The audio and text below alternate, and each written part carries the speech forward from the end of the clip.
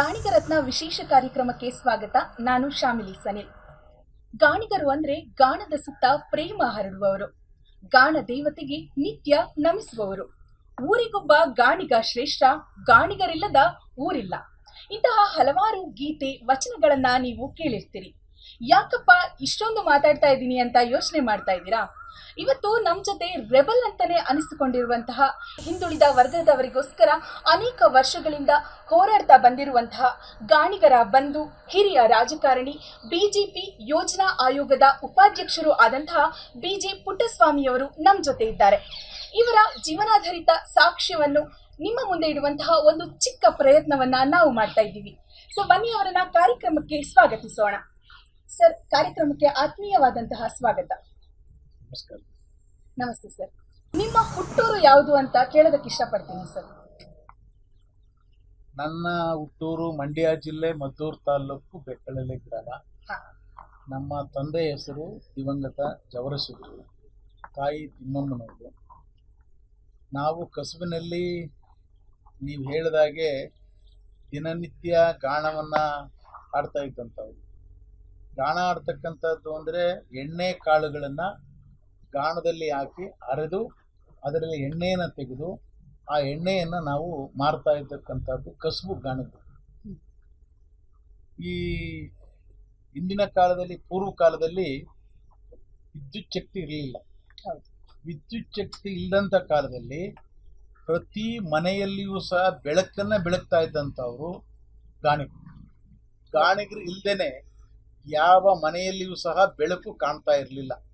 ಗಾಣಿಗರು ಕೊಟ್ಟಂಥ ಎಣ್ಣೆ ಅವತ್ತು ಯಾವುದೇ ಇಂಡಸ್ಟ್ರಿಗಳಿರ್ತಿರ್ಲಿಲ್ಲ, ಕೈಗಾರಿಕೆಗಳಿರಲಿಲ್ಲ. ಮರದ ಗಾಣದಲ್ಲೇ ಎಣ್ಣೆಯನ್ನು ತೆಗೆದು ಜೋಡೆತ್ತುಗಳನ್ನು ಕಟ್ಟಿ ಗಾಣದಲ್ಲಿ ಎತ್ತುಗಳು ಸುತ್ತತಕ್ಕಂಥದ್ರಲ್ಲಿ ಆ ಪ್ರೆಷರನ್ನು ಹಾಕಿ ಎಣ್ಣೆಯನ್ನು ತೆಗೆದು ಆ ಎಣ್ಣೆಯನ್ನು ನಾವು ಮಾರ್ತಾ ಇದ್ದಂಥದ್ದು. ಮತ್ತು ಅದರಲ್ಲಿ ಎರಡು ವಿಧ, ಒಂದು ಎಣ್ಣೆ ಊಟಕ್ಕೆ ಮತ್ತು ಇನ್ನೊಂದು ಎಣ್ಣೆ ತಲೆಗೆ ಹಾಕ್ತಕ್ಕಂಥದ್ದು, ತಂಪು ಕೊಡ್ತಕ್ಕಂಥದ್ದಕ್ಕೆ. ಮತ್ತೊಂದು ಎಣ್ಣೆ ದೀಪಕ್ಕೋಸ್ಕರ ಅಂತ 3 ಥರ ಎಣ್ಣೆ ಬರ್ತಾಯಿತ್ತು.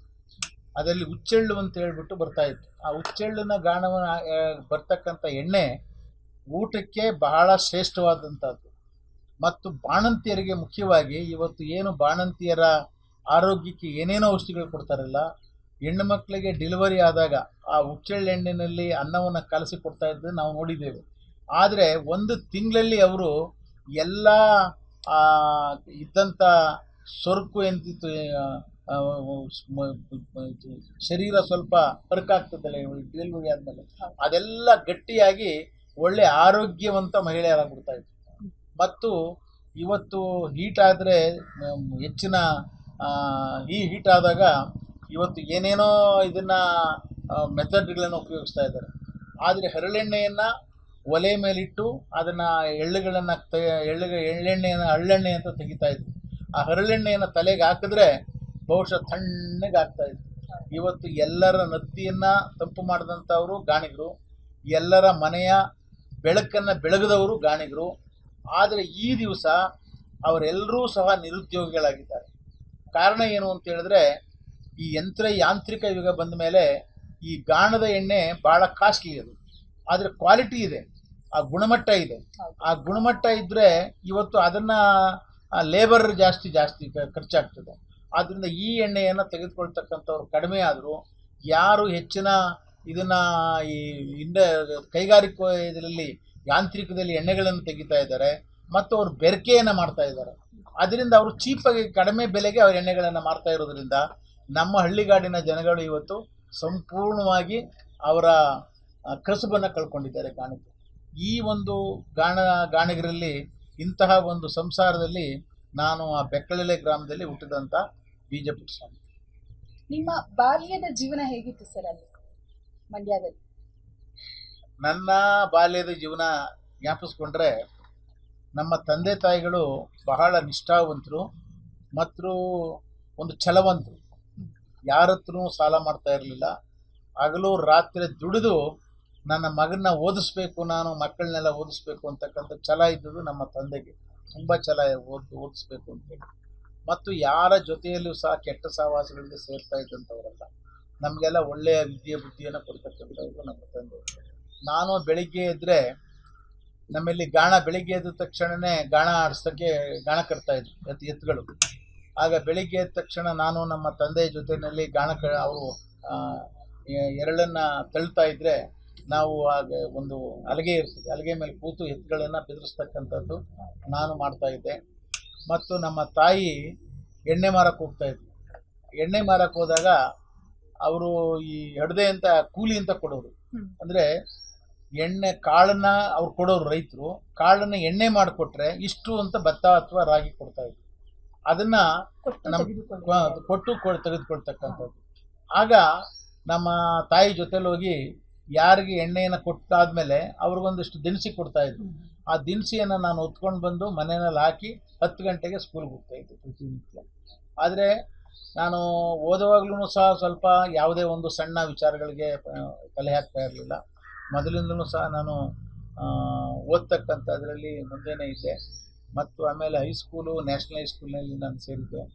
ನ್ಯಾಷನಲ್ ಹೈಸ್ಕೂಲ್ಸ್ಗೆ ಸೇರಿದಾಗ ಅಲ್ಲಿ ಸುಮಾರು ಹೆಚ್ಚಿನ ಒಂದು ಅಂತಂದರೆ ಮ್ಯಾಥಮೆಟಿಕ್ಸು ಮತ್ತು ಸೈನ್ಸ್ನಲ್ಲಿ 100ಕ್ಕೆ 100 ಮಾರ್ಕ್ಸ್ ತೊಗೊಳ್ತಾ ಇದ್ದೆ ನಾನು ಕಂಡ್ರೆ ಅಲ್ಲಿ ಇರ್ತಕ್ಕಂಥ ಟೀಚರ್ಗಳಿಗೆಲ್ಲ ಬಹಳ ಪ್ರೀತಿ. ನಾನೆಲ್ಲ ಬಡತನದಲ್ಲಿದ್ದೆ. ಒಂದು ತುಂಡು ಪೈಜಾಮ ಹಾಕ್ಕೊಳ್ತಾ ಇದ್ದೆ, ಬಾರ್ದೋಳು ಬೈನ ಹಾಕ್ಕೊಳ್ತಾ ಇದ್ದೆ. ನಾನೆಲ್ಲ ಕೊನೆ ಬೆಂಚ್ ಮೇಲೆ ಕೂರ್ತಾ ಇದ್ದೆ. ಕೊನೆ ಬೆಂಚ್ ಮೇಲೆ ಕೂತ್ರೆ ಫಸ್ಟ್ ಟರ್ಮ್ ಆದಮೇಲೆ ಎಕ್ಸಾಮಿನೇಷನ್ನು ಅವರು ಕರೆದ್ಬಿಟ್ಟು ನೀನು ನಮ್ಮ ಸ್ಕೂಲಿಗೆ ಓದ್ತಾ ಇದ್ವಿ ಅಂತ ಒಂದು ಪ್ರಶ್ನೆ ಕೇಳಿದ್ರು. ನಾನೇನು ಮಾತಾಡ್ತಾ ಇರ್ಲಿಲ್ಲ. ಹಾಗೆ ಕರೆದವರು ಮುತ್ತಿಕ್ಕಿ ಫ್ರಂಟ್ ಬೆಂಚ್ ಮೇಲೆ ಕೂರಿಸ್ತಿದ್ವಿ. ಮತ್ತು ನನ್ನ ಬರೆದಿರ್ತಕ್ಕಂಥ ಆನ್ಸರ್ ಪೇಪರನ್ನು 6 ಸೆಕ್ಷನ್ ಇದ್ದಾವೆ ನ್ಯಾಷನಲ್ ಸ್ಕೂಲ್. ಎಲ್ಲರಿಗೂ ಸರ್ಕ್ಯುಲೇಟ್ ಮಾಡೋದು, answer to point, correct answer ಬಂದ್ಬಿಟ್ಟು ಸರ್ಕ್ಯುಲೇಟ್ ಮಾಡ್ತಾ ಇದ್ವಿ. ಹಾಗೆ ಹಳ್ಳಿ ಜೀವನದಲ್ಲಿ ನಾನು ಫಸ್ಟಲ್ಲೂ ಬಂದೆ. ಆದರೆ ಮೀಡಿಯಮ್ ಆಗಿ ಫ್ಯಾಮಿಲಿ ಮಾಡ್ತೀವಿ. ನಮ್ಮ ತಂದೆ ಯಾರಿಗೂ ಮೋಸ ಮಾಡ್ಕೊಡೋಲ್ಲ, ಸುಳ್ಳು ಅದನ್ನೇ ರಾತ್ರಿ ಕಷ್ಟ ಆಗ್ತಿತ್ತು ಕೆಲಸ. ನಮ್ಮ ತಂದೆ ತಾಯಿಗೂ ಸಾಕದಂತ ನಾನು ಆ ಚಿಕ್ಕ ವಯಸ್ಸಿನಲ್ಲಿ ಪಟ್ಟಂಥ ಕಷ್ಟ ಇದ್ದಲ್ಲ. ಮತ್ತು ಹಳ್ಳಿಗಳಲ್ಲಿ ಈ ಹಿಂದುಳಿದ ವರ್ಗಗಳ ಒಂದು ಸಪ್ರೆಷನ್, ತುಳಿತಕ್ಕೆ ಒಳಗಾಗಿರ್ತಕ್ಕಂಥದ್ದು, ಆ ತುಳಿತವನ್ನು ನಾನು ಕಣ್ಣಾರೆ ನೋಡಿದ್ದೇನೆ. ಅಲ್ಲಿನ ಪಂಚಾಯಿತಿ ಮೀಟಿಂಗ್ ನಡಿಬೇಕಾಗಿದ್ದರೆ ನಮ್ಮ ಹಿಂದುಳಿದ ವರ್ಗದವರು ಯಾರೇ ಆಗಿರಲಿ, ಯಾವುದೇ ಜಾತಿ ಆಗಿರಲಿ, ಚಪ್ಪಲಿ ನಡ್ಕೊಂಡು ಹೋಗೋಂಗಿರಲಿಲ್ಲ. ಅವರು ಚಪ್ಪಲಿ ತೆಗೆದು ಟೌಲ್ನಲ್ಲಿ ಮುದುರ್ಕೊಂಡು ಅದನ್ನು ಹಿಂಗೆ ಹಿಡ್ಕೊಂಡು ಹೋಗ್ಬೇಕಾಗಿತ್ತು. ಆದರೆ ಹಲವಾರು ವಿಚಾರಗಳಲ್ಲಿ ಈ ಹಿಂದುಳಿದ ವರ್ಗಗಳಿಗೆ ಒಂದು ತುಳಿತಕ್ಕಂಥದ್ದು ಮತ್ತು ಅವ್ರನ್ನ ಮಾನಸಿಕವಾಗಿ ಹಿಂಸೆ ಕೊಡ್ತಕ್ಕಂಥದ್ದನ್ನು ನಾನು ನೋಡಿದ್ದೆ.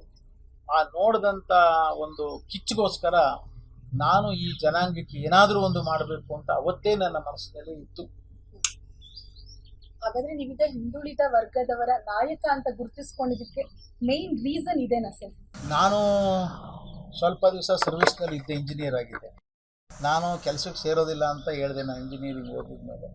ನಮ್ಮ ತಂದೆ ಹೇಳಿದ್ರು, ನಾನು ಕಷ್ಟ ಬಿದ್ದು ಓದಿಸಿದ್ದೀನಿ, ನಾನು ಜೀವನದಲ್ಲಿ ಸಾಯೋದಕ್ಕೆ ಮೊದಲು ಸರ್ಕಾರಿ ಸಂಬಳ ನನ್ನ ಮಗ ತಂದ ಅಂತ ನೋಡ್ಬಿಡ್ಬೇಕು ನಾನು ಅಂಥೇಳಿ ನಮ್ಮ ತಂದೆಯವರು ಆಸೆ ಪಟ್ಟರು.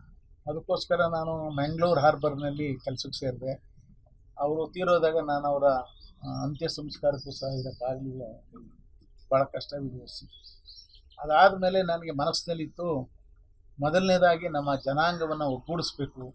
ನಮ್ಮಲ್ಲಿ ಹಲವಾರು 5-6 ಈ ಒಳಪಂಗಡಗಳಿದ್ವು. ಈ ಒಳಪಂಗಡಗಳಲ್ಲಿ ಒಬ್ರಿಗೊಬ್ರಿಗೆ ಸೇರ್ತಾನೂ ಇರಲಿಲ್ಲ, ಒಬ್ರಿಗೊಬ್ರಿಗೆ ಗೊತ್ತೂ ಇರಲಿಲ್ಲ. ಇವನ್ನೆಲ್ಲ ಒಳಪಂಗಡಗಳನ್ನೆಲ್ಲ ಸೇರಿಸ್ಬೇಕು ಅಂತಕ್ಕಂಥದ್ದು ಒಂದು ಮೊದಲನೇದಾಗಿ ಮನಸ್ಸಿನಲ್ಲಿತ್ತು. ಇದಕ್ಕೋಸ್ಕರ ಹೋರಾಟವನ್ನು ಮಾಡಬೇಕು ಅಂತ ಹೇಳಿದ್ವಿ. ಅದನ್ನು ಅಖಿಲ ಕರ್ನಾಟಕ ಗಾಣಿಗರ ಸಂಘ ಅಂತೇಳಿ 1972ರಲ್ಲಿ ಸ್ಥಾಪನೆ ಮಾಡಿದ್ರು. ಅದರಲ್ಲಿ ನಮ್ಮ ಹಿರಿಯರೆಲ್ಲ ಇದು ನಮ್ಮ ಚಂದ್ರಮೋಹನ್ ಅವರ ತಂದೆಯವರು, ಅವರು ನಮ್ಮ ಜ್ಯೋತಿಪಣ ಜನಾಂಗದಲ್ಲಿ ಧೀಮಂತ ಹಿರಿಯ ನಾಯಕರು ಅವರಿದ್ದರು. ಮತ್ತು ನಾರಾಯಣಪ್ಪ ಅಂತ ಇದ್ದರು, ಮತ್ತು JT ವಿಶ್ವನಾಥನ್ನು, JM ರಾಜನ್ನು, ಹೀಗೆ ನಾವೆಲ್ಲರೂ ಸೇರಿ ಆ ಸಂಘವನ್ನು ಸ್ಥಾಪನೆ ಮಾಡಿದೆ. ಅದಾದಮೇಲೆ ಹಿಂದುಳಿದ ವರ್ಗಗಳ ಅಭಿವೃದ್ಧಿಗೋಸ್ಕರ ನಾನು ಹಲವಾರು ಇದನ್ನು ಅಭಿವೃದ್ಧಿಯನ್ನು ಮಾಡಿದ್ದೇನೆ. ಹಿಂದುಳಿದ ವರ್ಗಗಳಿಗೆ ನಮ್ಮ ಮೊದಲನೇದಾಗಿ ನಮ್ಮ ಗಾಣಿಗ ಜನಾಂಗವನ್ನು ಅತ್ಯಂತ ಮುಂದುವರಿದ ಜನಾಂಗ ಅಂಥೇಳಿ ವೆಂಕಟಸ್ವಾಮಿ ಕಮಿಷನ್ಸು ಮತ್ತು ಚಿನ್ನಪ್ಪ ರೆಡ್ಡಿ ಕಮಿಷನ್ಸು ಘೋಷಣೆಯನ್ನು ಮಾಡಿದರು. ಹಾವನೂರು ಕಮಿಷನ್ನಲ್ಲಿ ವಿದ್ಯೆಗೆ ನಾವು ಹಿಂದುಳಿದ ವರ್ಗದಾಗ ಸೇರಿದ್ದು, ಸರ್ಕಾರಿ ನೌಕರಿಗೆ ನಾವು ಹಿಂದುಳಿದ ವರ್ಗಕ್ಕೆ ಸೇರಿರಲಿಲ್ಲ. ಅದನ್ನು ಹೋರಾಟ ಮಾಡಿ ನಾನು ಹಿಂದುಳಿದ ವರ್ಗಕ್ಕೆ ಸೇರಿಸಬೇಕಾದ್ರೆ ಸಾಕಷ್ಟು ಅದಕ್ಕೆ ಬೇಕಾದಂಥ ಅಂಕಿಅಂಶಗಳನ್ನು ಕೊಟ್ಟು ಹಿಂದುಳಿದ ವರ್ಗಕ್ಕೆ 2A ನಮ್ಮ ಗಾಣಿಗರನ್ನ ಸೇರಿಸಿದೆ. ಮತ್ತು ಹಿಂದುಳಿದ ವರ್ಗಗಳಿಗೆ ದಿವಂಗತ ದೇವರಾಜ ಅರಸನವರು ಮಾಡಿದ್ದಂಥ ಹಾವನೂರು ಕಮಿಷನ್ಸ್ ಏನಿತ್ತೋ ಆ ಕಮಿಷನ್ಸ್ ರಿಪೋರ್ಟನ್ನು ರದ್ದು ಮಾಡಿ ರಾಮಕೃಷ್ಣ ಹೆಗಡೆ ಅವರು 1986ರಲ್ಲಿ ಹಿಂದುಳಿದ ವರ್ಗ ಅನ್ನೋದನ್ನು ತೆಗೆದು ABCD ಅಂತ ಮಾಡಿ ಎಲ್ಲರನ್ನೂ ಸೇರಿಸಿ ಎಲ್ಲ ಜಾತಿಯವ್ರನ್ನೂ ಹಿಂದುಳಿದ ವರ್ಗ ಅಂತ ಘೋಷಣೆಯನ್ನು ಮಾಡಿದ್ರು. ಅದರಿಂದ ಹಿಂದುಳಿದ ವರ್ಗದವರು ಸುಮಾರು 10 ವರ್ಷ ಹಿಂದಕ್ಕೆ ಹೋದ್ವಿ. ನಾವು ಯಾರಿಗೂ ಏನು ಕೆಲಸ ಸಿಕ್ಕಲಿಲ್ಲ. ಆಗ 1993ರಲ್ಲಿ ನಾನು ಕೊಳಚೆ ನಿರ್ಮೂಲನಾ ಮಂಡಳಿ ಅಧ್ಯಕ್ಷನಾಗಿದ್ದೆ. ವೀರಪ್ಪ ಮೊಯ್ಲಿಯವರು ಮುಖ್ಯಮಂತ್ರಿಯಾಗಿದ್ದರು. ಆಗ ನಾವು ಇದನ್ನು ಮಾಡಿಫೈ ಮಾಡಿ ಚಿನ್ನಪ್ಪ ಕಮಿಷನ್ಸು, ವೆಂಕಟಸ್ವಾಮಿ ಕಮಿಷನ್ಸನ್ನು ಮಾಡಿಫೈ ಮಾಡಿ ಆ 86 ಆರ್ಡ್ರನ್ನು ತೆಗೆದು ಇವತ್ತು category 1, category 2A, 2B, 2C, 2C ಅಂತ ಹೇಳ್ಬಿಟ್ಟು ಇವತ್ತು ಇರ್ತಕ್ಕಂಥ ಈ ಸರ್ಕಾರದ ಆರ್ಡರ್ಗಳನ್ನು ಹಿಂದುಳಿದ ವರ್ಗಕ್ಕೆ ಆರ್ಡರ್ನ ಮಾಡಿರ್ತಕ್ಕಂಥದ್ದು ನನ್ನ ಕಾಂಟ್ರಿಬ್ಯೂಷನು ಸಹ ಇದೆ. ವೀರಪ್ಪ ಮೊಯ್ಲಿಯವರು ಮುಖ್ಯಮಂತ್ರಿಯಾಗಿದ್ದಾಗ ಇದನ್ನು ನಾವು ಜಾರಿಗೆ ತಂದ್ವಿ 1993ರಲ್ಲಿ. ಇದು ಹಿಂದುಳಿದ ವರ್ಗಕ್ಕೆ ಅವತ್ತಿನಿಂದ ನಮ್ಮ ಗಾಣಿಗೆ ಜನಾಂಗದಲ್ಲಿ ಹೆಚ್ಚಿನ ಸರ್ಕಾರಿ ನೌಕರಿಗೆ ಬಂದರು. ಡಾಕ್ಟ್ರುಗಳು ಬೇಕಾದಷ್ಟು ಜನ ಆದರು, ಇಂಜಿನಿಯರ್ಸ್ ಆದರು, ಜಡ್ಜ್ಗಳಾದರು, ಬೇಕಾದಷ್ಟು ಜನ ಬಂದರು. ಎಲ್ಲಕ್ಕಿಂತ ಅತ್ಯಂತ ಮುಖ್ಯವಾಗಿ ನಾನು ಸಹಕಾರ ಮಂತ್ರಿಯಾದ BJP ಸರ್ಕಾರ ಇದ್ದಾಗ 2012ರಲ್ಲಿ. ಬಹುಶಃ ಇಂಡಿಯಾದಲ್ಲಿ ಎಲ್ಲೂ ಸಹ ಸಹಕಾರ ಇಲಾಖೆಯಲ್ಲಿ ರಿಸರ್ವೇಷನ್ಸ್ ಇಲ್ಲ. ನಾನು ಸಹಕಾರ ಮಂತ್ರಿಯಾದಾಗ 0%ಗೆ ಶೂನ್ಯ ಬಡ್ಡಿಗೆ ಸಾಲವನ್ನು ಕೊಡ್ತಕ್ಕಂಥ ಒಂದು ವ್ಯವಸ್ಥೆ ಇದೆ. ಮತ್ತು APMC ಎಲ್ಲ ಕಡೆನೂ ಈ ಆರ್ಥಿಕವಾಗಿ ಇರ್ತಕ್ಕಂಥ ಚಟುವಟಿಕೆ ಇರ್ತಕ್ಕಂಥದ್ದು ಸಹಕಾರ ಇಲಾಖೆಯಲ್ಲಿ. ಇದು ಬಡವರಿಗೆ ಅನುಕೂಲ ಆಗ್ತಕ್ಕಂಥದ್ದಕ್ಕೆ ಸಹಾಯ ಮಾಡೋದಕ್ಕೆ ಸಾಕಷ್ಟು ಅನುಕೂಲಗಳಿದೆ. ಇದನ್ನು ಯಾರೂ ಮಾಡೋಕ್ಕಾಗಿರಲಿಲ್ಲ. ನಾನು ಅದರಲ್ಲಿ 2 ರಿಸರ್ವೇಷನ್ಸನ್ನು ಹಿಂದುಳಿದ ವರ್ಗಗಳಿಗೆ ತಂದೆ. ಅಂದರೆ ಕೋಆಪ್ರೇಟಿವ್ ಬ್ಯಾಂಕ್ನಲ್ಲಿ, ಕೋಆಪ್ರೇಟಿವ್ ಸೊಸೈಟಿಗಳಲ್ಲಿ, APMCಗಳಲ್ಲಿ ಎಲ್ಲೇ ಕೋಆಪ್ರೇಟಿವ್ ಬಂದರೂ 2 ರಿಸರ್ವೇಷನ್ ಹಿಂದುಳಿದ ವರ್ಗಗಳಿಗೆ ತಂದೆ. ಅದಕ್ಕೆ ತರಬೇಕಾಗಿದ್ದರೆ ಅಮೆಂಡ್ಮೆಂಟ್ ಆ್ಯಕ್ಟನ್ನು ಅಮೆಂಡ್ಮೆಂಟ್ ಮಾಡಿದೆ. ಆದರೆ ಅದನ್ನು ಕಷ್ಟ ಬಿದ್ದು ಮಾಡಿ ಮತ್ತು ಮೊದಲೇ ಮಾಡ್ತಾಯಿದ್ರು ಅಂದರೆ ಕೋಆಪ್ರೇಟಿವ್ ಡಿಪಾರ್ಟ್ಮೆಂಟ್ನಲ್ಲಿ ಚುನಾವಣೆನ ಅವರವರೇ ಬರ್ಕೊಂಬಿಡ್ತಾಯಿದ್ರು. ಚುನಾವಣೆ ನಡೀತಾನೆ ಇರಲಿಲ್ಲ. ನಾನು ಎಲೆಕ್ಷನ್ ಕಮಿಷನ್ ಮಾಡಿದೆ. ಎಲೆಕ್ಷನ್ ಕಮಿಷನ್ ಮಾಡಿ ಇವತ್ತು ಎಲೆಕ್ಷನ್ ಅಥಾರಿಟಿ ಅಂತ ಮಾಡಿ ಸರ್ಕಾರದವರೇ ಇವತ್ತು ಎಲೆಕ್ಷನ್ ಮಾಡ್ತಾಯಿದ್ದಾರೆ. ಇದರಿಂದ ಬಹುಶಃ ಇಂಡಿಯಾದಲ್ಲಿ ಪ್ರಥಮವಾಗಿ ಕರ್ನಾಟಕದಲ್ಲಿ ಇದು ಜಾರಿ ಬಂದಿದ್ದು. ಇವತ್ತು 41,000 ಸಹಕಾರ ಸಂಸ್ಥೆಗಳಲ್ಲಿ 82,000 ಜನ ವರ್ಷಕ್ಕೆ ಹಿಂದುಳಿದ ವರ್ಗದವರು ಸಹಕಾರ ಇಲಾಖೆಯಲ್ಲಿ ಸದಸ್ಯರಾಗ್ತಾ ಇದ್ದಾರೆ. ಅದರಲ್ಲಿ ನಮ್ಮ ಗಾಣಿಗರೂ ಇದ್ದಾರೆ, ಎಲ್ಲ ಹಿಂದುಳಿದ ವರ್ಗದ ಜಾತಿಯವರು ಇದ್ದಾರೆ. ಇದು ನನಗೆ ಒಂದು ಸ್ಯಾಟಿಸ್ಫ್ಯಾಕ್ಷನ್ ಏನಂದರೆ, ನನ್ನ ರಾಜಕಾರಣದ ಜೀವನದಲ್ಲಿ ನನ್ನ ಜಾತಿಯ ಜೊತೆಗೆ ಇತರೆ ಹಿಂದುಳಿದ ವರ್ಗದವರು ಸಹ ಯಾರು ತೊಂದರೆಯಲ್ಲಿದ್ದರೋ, ಯಾರು ತುಳಿತಕ್ಕೆ ಒಳಗಾಗಿದ್ದರೋ, ಯಾರು ಹಕ್ಕುಗಳಿಂದ ವಂಚನೆಯಾಗಿದ್ದರೋ ಅಂಥವ್ರಿಗೆ ಹಕ್ಕನ್ನು ಕೊಡ್ತಕ್ಕಂಥದ್ದಕ್ಕೆ ಸಾಕಷ್ಟು ಪ್ರಯತ್ನ ಮಾಡಿದ್ದೀನಿ. ಅದು ಆನ್ ರೆಕಾರ್ಡ್ಸ್ ಇದೆ. ಆ ರೆಕಾರ್ಡ್ನಲ್ಲೂ ಸಹ ನಾನು ಹೇಳಿದ್ದೀನಿ. ಆದರೆ ನಾನು ಜನಾಂಗ ಮತ್ತು ಹಿಂದುಳಿದ ವರ್ಗ ಅಂಥೇಳಿ ಹೋರಾಟ ಮಾಡಿ ನನ್ನ ಸ್ವಂತಕ್ಕೆ ಹಣ ಮಾಡ್ಕೊಳ್ಳೋಕ್ಕಾಗಲಿ ಅಥವಾ ಪ್ರಾಪರ್ಟಿ ಮಾಡ್ಕೊಳ್ಳೋದಕ್ಕಾಗಲಿ ಹೋಗಲಿಲ್ಲ. ನಾನು ಇವತ್ತೂ ಸಹ ನನಗೆ ಯಾವುದೋ ಒಂದು 30-40 ಒಂದು ಸಣ್ಣ ಸ್ಲಮ್ ಥರ ಇರೋದ್ರಲ್ಲಿ ಒಂದು ಮನೆ ಇತ್ತು. ಈಗ ನಾನು ಯಾವುದೋ ಒಂದು 93ರಲ್ಲಿ ಒಂದು ಜಮೀನು ತೊಗೊಂಡಿದ್ದೆ. ಅದನ್ನು ಮಾರಿ ಇವತ್ತು ಒಂದು ಮನೆ ತೊಗೊಂಡು ಇವತ್ತು ಮನೆ ಕಟ್ತಾಯಿದ್ದೀನಿ. ಈಗ 83 ವರ್ಷದಲ್ಲಿ ಇದುವರೆಗೂ ನಾನು ಮಾಡಿಲ್ಲ. ಇವತ್ತು ಸಣ್ಣವರೆಲ್ಲ ನನ್ನ ಜೊತೆಯಲ್ಲಿ ರಾಜಕಾರಣಿ ಆದವರೆಲ್ಲ ಇವತ್ತು 100 ಕೋಟಿ ಮಾಡ್ಕೊಂಡಿದ್ದಾರೆ. ನಾನು ಅದು ಯಾವುದೂ ಮಾಡಿಲ್ಲ.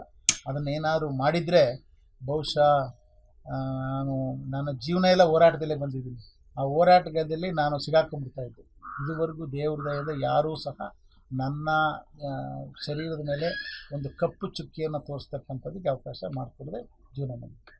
ನೀವೇ ಹೇಳಿದ ಹಾಗೆ ಈಗ ಹಿಂದುಳಿದ ವರ್ಗದವರಿಗೋಸ್ಕರ ನೀವು ತುಂಬಾನೇ ಕಷ್ಟಪಟ್ಟಿದ್ದೀರಾ, ತುಂಬಾ ಹೋರಾಟ ಮಾಡಿದ್ದೀರಾ. ಆದ್ರೆ ಇನ್ನು ಮುಂದೆ ನಂತರ ಈ ಹಿಂದುಳಿದ ವರ್ಗದವರ ನಾಯಕ ಯಾರಾಗಿರ್ತಾರೆ, ಮುಂದಿನ ಉತ್ತರಾಧಿಕಾರಿ ಯಾರು? ಈಗ ಅದು ದೊಡ್ಡ ಪ್ರಶ್ನೆ. ಇದು ಬಹಳ ಕಷ್ಟವಾದಂಥ ಪ್ರಶ್ನೆ. ಇದು ಕಾರಣ ಏನು ಅಂತ ಹೇಳಿದ್ರೆ, ಹಿಂದುಳಿದ ವರ್ಗದವರು ಸುಮಾರು ಕರ್ನಾಟಕ ರಾಜ್ಯದಲ್ಲಿ 33% ಇದ್ದೀವಿ. ಆ 33%ಅಲ್ಲಿ ನಮ್ಮ ಗಾಣಿಗಿರ್ತಕ್ಕಂಥದ್ದು 1%. ಅದರಲ್ಲಿ ಕುರುಬರು ಸುಮಾರು 6.77% ಇದ್ದಾರೆ. ಈ ಸುಮಾರು 83 ಜಾತಿಗಳಿವೆ. ಈ ಜಾತಿಗಳೆಲ್ಲ ಒಕ್ಕೂಟಿ ಯಾರು ಮುಂದೆ ಬರ್ತಾರೆ ಅಂತಕ್ಕಂಥದ್ದು ಇವತ್ತಿನ ಸದ್ಯಕ್ಕೆ ಮುಂದಕ್ಕೆ ಯಾರು ಲೀಡ್ ತೊಗೊಂಡು ಹೋಗ್ತಾರೋ ಅವರು ಲೀಡರ್ ಆಗ್ತಾರೆ. ಬೇಸಿಕ್ಕಾಗಿ ಹಿಂದುಳಿದ ವರ್ಗಗಳ ಸಮಸ್ಯೆಗಳೇನಿದೆ ಅದಕ್ಕೆ ಪರಿಹಾರ ಕಂಡುಹಿಡಿಯೋದಕ್ಕೆ ಹೆಚ್ಚಾಗಿ ತಮ್ಮ ಪ್ರತಿಷ್ಠೆಯನ್ನು ಜಾಸ್ತಿ ಮಾಡ್ಕೊಳ್ತಕ್ಕಂಥದ್ದಕ್ಕೆ ಅವರ ತೋಳುಬಲ, ಜಾತಿ ಬಲ, ಹಣದ ಬಲ ಮೇಲೆ ಹೋಗ್ತಾ ಇದ್ದಾರೆ. ಅದರ ಮೇಲೆ ಯಾರು ಮುಂದೆ ಬರ್ತಾರೋ, ಯಾವ ರೀತಿ ಸಮಾಜ ಯಾರನ್ನು ಗುರುತಿಸ್ತದೋ ನನಗೆ ಗೊತ್ತಿಲ್ಲ. ಆದರೆ ಇವತ್ತಿನ ಇರ್ತಕ್ಕಂಥವರು, ನಾನು ಇದ್ದೀನಿ ಮತ್ತು ನಮ್ಮ ಸಿದ್ದರಾಮಯ್ಯನವರು ಇದ್ದಾರೆ, ಇವತ್ತಿನ ಕಣ್ಣು ಕಾಣಿಸ್ತಕ್ಕಂಥವ್ರು ಮತ್ತು ಹಿಂದುಳಿದ ವರ್ಗಗಳಿಗೆ ಸ್ವಲ್ಪ ಹೋರಾಟ ಮಾಡ್ತಕ್ಕಂಥದ್ರಲ್ಲಿ ಕಾಗೋಡು ತಿಮ್ಮಪ್ಪನವರು ಶಿವಮೊಗ್ಗದಲ್ಲಿ ಅವರು ಸಹ ಹೋರಾಟ ಮಾಡ್ಕೊಂಡು ಬಂದಿದ್ದಾರೆ, ಭಾಳ ಹೋರಾಟ ಮಾಡಿದ್ದಾರೆ. ನಾವೆಲ್ಲ ಜೊತೆಲೇ ಇದ್ದಂಥವ್ರು, ನಾವು ಜೊತೆಲೇ ಕೆಲಸ ಮಾಡಿದ್ವಿ ಹಿಂದುಳಿದ ವರ್ಗಕ್ಕೆ. ಮತ್ತು ಕಾಂಗ್ರೆಸ್ದಲ್ಲಿದ್ದಾಗಲೂ ಸಹ ಹಿಂದುಳಿದ ವರ್ಗಗಳ ಸೆಲ್ ಅಂತ ಏನಿದೆ ಅದಕ್ಕೆ ನಾನು ಅಧ್ಯಕ್ಷ ಆಗಿದ್ದೆ ಕರ್ನಾಟಕ ರಾಜ್ಯಕ್ಕೆ. ಮತ್ತು ಭಾರತೀಯ ಜನತಾ ಪಕ್ಷದಲ್ಲೂ ಸಹ ನಾನು ಹಿಂದುಳಿದ ವರ್ಗದ ಮೋರ್ಚಾದ ರಾಜ್ಯ ಅಧ್ಯಕ್ಷ. ಈಗ ಮೊನ್ನೆ ಈ ಒಂದು ತಿಂಗಳಾಯಿತು ನಾನು ಬಿಟ್ಟು, ಏಕೆ ನಾನು ಈ ಬೇರೆ ಅಸೈನ್ಮೆಂಟ್ ಬಂದಿದ್ದರಿಂದ ಯೋಜನಾ ಮಂಡಳಿಯ ಉಪಾಧ್ಯಕ್ಷನಾದ ಮೇಲೆ ಅದನ್ನು ಬಿಟ್ಟಿದ್ದೀನಿ. 3 ವರ್ಷ ನಾನು ಯಡಿಯೂರಪ್ಪನವ್ರ ಜೊತೆಯಲ್ಲಿ ಹಿಂದುಳಿದ ವರ್ಗದವರ ಮೋರ್ಚಾ ಅಧ್ಯಕ್ಷನಾಗಿ ಕೆಲಸ ಮಾಡಿದ್ದೀನಿ. ಮತ್ತು ಇನ್ನೊಂದೇನೆಂದರೆ, ಅವಿಸ್ಮರಣೀಯವಾದಂಥ ಹಿಂದುಳಿದ ವರ್ಗಗಳ ಪ್ರಥಮವಾಗಿ ಒಂದು ಸಮಾವೇಶವನ್ನು ನಾನು ಪ್ಯಾಲೇಸ್ ಗ್ರೌಂಡ್ನಲ್ಲಿ 2016ರಲ್ಲಿ ಮಾಡಿದೆ. 3 ಲಕ್ಷ ಜನ ಸೇರಿದ್ರು. ಅಮಿತ್ ಶಾ ಅವರು ಬಂದಿದ್ರು ಅಲ್ಲಿಗೆ. ಅಮಿತ್ ಶಾ ಅವರು ಹೇಳಿದ್ರು, ಇಂಡಿಯಾ ದೇಶದಲ್ಲಿ ನಾನು ಎಲ್ಲೂ ಈ ಥರ ಒಂದು ಸಮಾವೇಶ ನೋಡಿಲ್ಲ ಅಂತ. ಆ ಥರ ಬೃಹತ್ ಸಮಾವೇಶ ಮಾಡಿದ್ರು ಹಿಂದುಳಿದ ವರ್ಗದಲ್ಲಿ. ಆದರೆ ಅವರು ನನ್ನ ಮೇಲೆ ಇಟ್ಟಂಥ ಪ್ರೀತಿಗೆ ಸುಮಾರು 3 ಲಕ್ಷ ಜನ ಬಂದು ಸೇರಿದ್ರು. ಇದು ನನ್ನ, ಅದರಿಂದ ಯಾರು ನಾಯಕರಾಗ್ತಾರೆ ಅಂತಕ್ಕಂಥದ್ದನ್ನು ನಾನು ಹೇಳೋಕ್ಕಾಗೋದಿಲ್ಲ. ನಾಯಕ ಆಗ್ತಕ್ಕಂಥವನು ಲಕ್ಷಣ ಹಿಂದುಳಿದ ವರ್ಗಗಳ ಸಮಸ್ಯೆಗಳಿಗೆ ಸ್ಪಂದಿಸ್ತಕ್ಕಂಥವನು ನಾಯಕ. ಈ ಜನಾಂಗದ ಸಮಸ್ಯೆಗಳನ್ನು ನೋಡಿ ನಾನು ಸರ್ಕಾರಿ ನೌಕರಿಗೂ ರಾಜೀನಾಮೆ ಕೊಟ್ಟು ಅಧಿಕಾರಕ್ಕೆ ಬಂದ ತಕ್ಷಣ ರಾಜಕೀಯವಾಗಿ ನನ್ನ ಸ್ವಂತವನ್ನು ನೋಡ್ಕೊಳ್ಳಿಲ್ಲ. ನಾನು ಮೊದಲನೇದಾಗಿ ನಾನು ಸ್ವಂತಕ್ಕಿಂತ ಹೆಚ್ಚಾಗಿ ನನ್ನ ಜನಾಂಗದ ಅಭಿವೃದ್ಧಿನ ಯಾವ ರೀತಿಯಲ್ಲಾದ್ರು ಮಾಡ್ಬೋದಾ ಅಂಥೇಳಿ ಹೋರಾಟದಲ್ಲಿ ನಾನು ಮಾಡ್ಕೊಂಡು ಬಂದೆ. ಇವತ್ತು ಈ ಜಾಗ ತೆಗೆದುಕೊಳ್ಬೇಕಾಗಿದ್ದರೆ ನಾನು ಪಟ್ಟಂಥ ಕಷ್ಟ, ಪ್ರಾರಂಭ ಮಾಡಿದಂಥ ನನ್ನ ಒಡನಾಟ, ನನ್ನ ಪ್ರೀತಿ ವಿಶ್ವಾಸ, ನನ್ನ ಹಾರ್ಡ್ ವರ್ಕ್, ಹಗಲು ರಾತ್ರಿ ಮಾಡಿದಂಥ ಕೆಲಸದಿಂದ ಈ ಜಮೀನು ಬಗ್ಗೆ ತಗೊಳ್ಳೋದು ಅರ್ಜಿ ಆಗ್ತದೆ. ನಾನು ಸ್ವಂತ ಹೆಸರು ಮೇಲೆ ಮಾಡಿದ್ರೆ ನನ್ನ ಮಕ್ಕಳು ನಾಳೆ ದಿನ ಜನಾಂಗಕ್ಕೆ ಕೊಡ್ತಾರೋ ಇಲ್ಲೋ ಗೊತ್ತಿಲ್ಲ. ಅದನ್ನು ನನಗೆ ಬೇಡ, ನಾನು ಜನಾಂಗಕ್ಕೆ ಬೇಕು ಅಂತಕ್ಕಂಥದ್ದನ್ನು ಹೇಳಿ ಜನಾಂಗದ ಹೆಸರು ಮೇಲೆ ಮಾಡಿಸ್ದೆ. ಇವತ್ತಿನವರೆಗೆ ಯಾರೂ ನನ್ನ ಮಕ್ಕಳಲ್ಲಿ ಯಾರಾಗಲಿ ಈ ಸೃಷ್ಟಿಗಳಾಗಿಲ್ಲ. ಎಲ್ಲ ಹಿಂದುಳಿದ ವರ್ಗದಲ್ಲಿ ಇರ್ತಕ್ಕಂಥ ನಮ್ಮ ಗಾಣಿಗರ ಜನಾಂಗದಲ್ಲಿ ಇರ್ತಕ್ಕಂಥ ಎಲ್ಲ ಒಳಕನ್ನಡದಲ್ಲಿ ಒಬ್ಬೊಬ್ಬರು. ಹೀಗೆ ಎಲ್ಲರನ್ನೂ ಕಟ್ಕೊಂಡು ನಾನು ಇದನ್ನು ಮಾಡಿದೆ. ಈ ಬಿಲ್ಡಿಂಗನ್ನು ಓಪನ್ ಮಾಡಬೇಕಾಗಿದ್ದರೆ, ಫೌಂಡೇಶನ್ ಸ್ಟೋನ್ ಹಾಕಬೇಕಾಗಿದ್ದರೆ, ಇವತ್ತು ಪ್ರಧಾನಿ ನರೇಂದ್ರ ಮೋದಿಯವರ ಅಣ್ಣ ಅವರು ಇಲ್ಲಿಗೆ ಬಂದಿದ್ರು. ಅದು ಫೋಟೋ ಇದು ಅವರಣ್ಣ, ಈ ಮೋದಿಯವರ ಅಣ್ಣ. ಇದೆಲ್ಲ ಮಾಡಿದ್ಮೇಲೆ ನನಗೆ ಒಂದು ಸಂಕಟ ಏನು ಅಂತ ಹೇಳಿದ್ರೆ, ನೀವು ಹೇಳಿದಾಗೆ ನಮ್ಮಲ್ಲಿ ಇರ್ತಕ್ಕಂಥ ಯುವಕರು, ಇರ್ತಕ್ಕಂಥ ವಿದ್ಯಾವಂತರು ಬಂದು ಇದನ್ನು ಮುಂದಕ್ಕೆ ಯಾವ ರೀತಿ ನಾವು ಮುಂದುವರಿಸ್ಕೊಂಡು ಹೋಗಬೇಕು. ಮತ್ತು ಇಲ್ಲೊಂದು ದೊಡ್ಡ ಸಂಸ್ಥೆ, ದೊಡ್ಡ ಜನಾಂಗದ ಒಂದು ಸಂಸ್ಥೆ ಇದೆ, ಅದರ ಪಕ್ಕದಲ್ಲಿ ನಾವು ಇಷ್ಟೊಂದು ಮಾಡಿದ್ದಾರೆ, ನಾವು ಇದನ್ನು ಮುಂದುವರಿಸಬೇಕಾದ್ರೆ ನಮ್ಮ ಸಹಾಯ ಏನು ಬೇಕು ನಿಮಗೆ ಅಂತೇಳಿ ಒಬ್ಬ ಇವತ್ತಿನವರೆಗೂ ತಿರುಗಿ ನೋಡಿಲ್ಲ. ಇದು ನನಗೆ ಸಂಕಟ ಆಗ್ತಾ ಇದೆ. ಮತ್ತು ಈ ಜನಾಂಗಕ್ಕೆ ಮುಂದೆ ಗತಿ ಏನು ಅಂತಕ್ಕಂಥದ್ದು ಒಂದು ವ್ಯತ್ಯಯ ಆಗ್ತಾ ಇದೆ.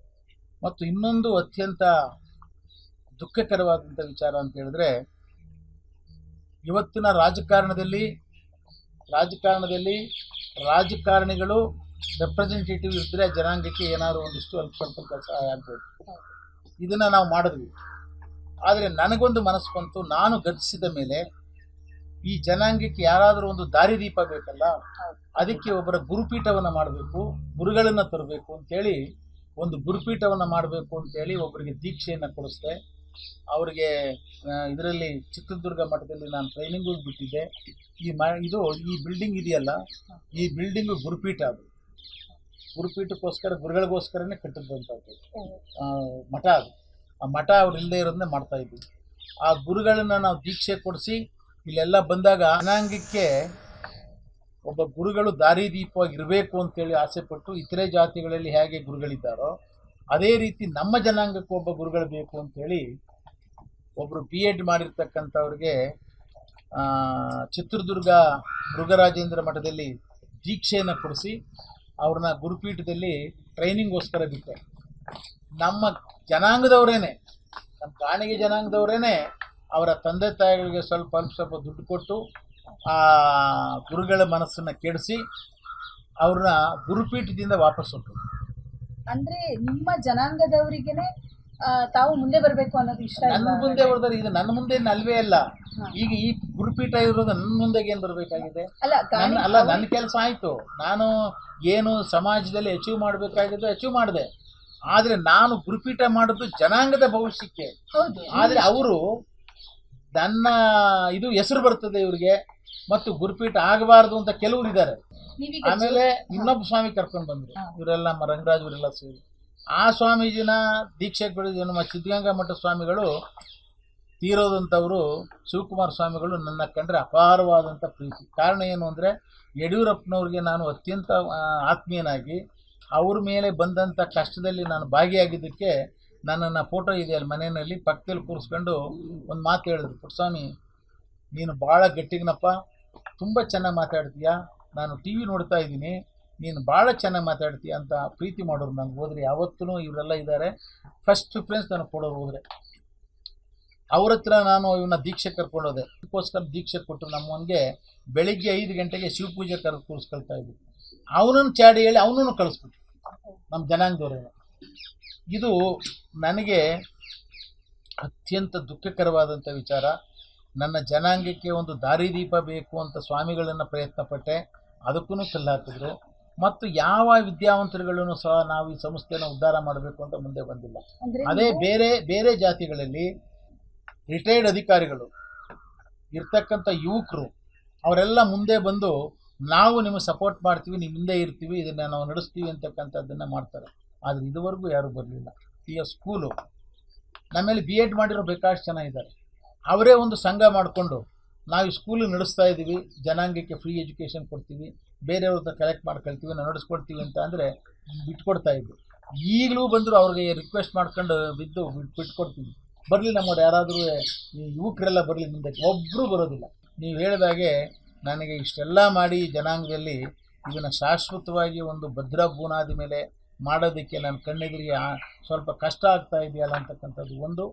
ಮತ್ತು ನನ್ನ ಕಣ್ಣೆದುರಿಗೆ ಒಬ್ಬ ಸ್ವಾಮಿನ ನೋಡಬೇಕು, ಸಾಯಬೇಕು ಅಂತ ಇದ್ದೆ. ಅದನ್ನು ದೇವರು ವೆಂಕಟರಮಣ ಸ್ವಾಮಿ ಯಾತಕ್ಕೋ ಫಲ ನೀಡ್ತಾ ಇಲ್ಲ. ಇದು ಜನಾಂಗಕ್ಕೆ ಅವರೇ ಮಾಡಿಕೊಂಡಂಥ ಅನ್ಯಾಯ ನಮ್ಮ ಜನಾಂಗದಲ್ಲಿ. ಆದರೆ ಆ ಸ್ವಾಮೀಜಿ ಹೋದಾಗ ಬೇರೆ ಜಾತಿನಲ್ಲಿ ಆಗಿದ್ದಿದ್ರೆ ದೀಕ್ಷೆ ಕೊಡಿಸಿ ಇದೇ ಜಾಗದಲ್ಲಿ ಗುಂಡಾಲ್ ಹಾಕಿತ್ತು.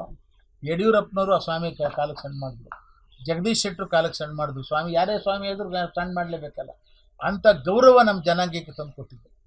ಆದರೆ ಅದನ್ನು ಉಳಿಸ್ಕೊಳ್ಳಿಲ್ವಲ್ಲ ಅಂತ ಯಾರೂ ಹೋಗಿ ಆ ಮನೆ ಮುತ್ತಿ ಹಾಕಲಿಲ್ಲ. ಬೇರೆಯವರಾಗಿದ್ದರೆ, ಬೇರೆ ಜಾತಿಯಲ್ಲಾಗಿದ್ದರೆ ಮನೆ ಮುತ್ತಿ ಹಾಕ್ಬಿಡೋರು, ನಮ್ಮಲ್ಲಿ ಒಬ್ಬರೂ ಕೇಳಲಿಲ್ಲ.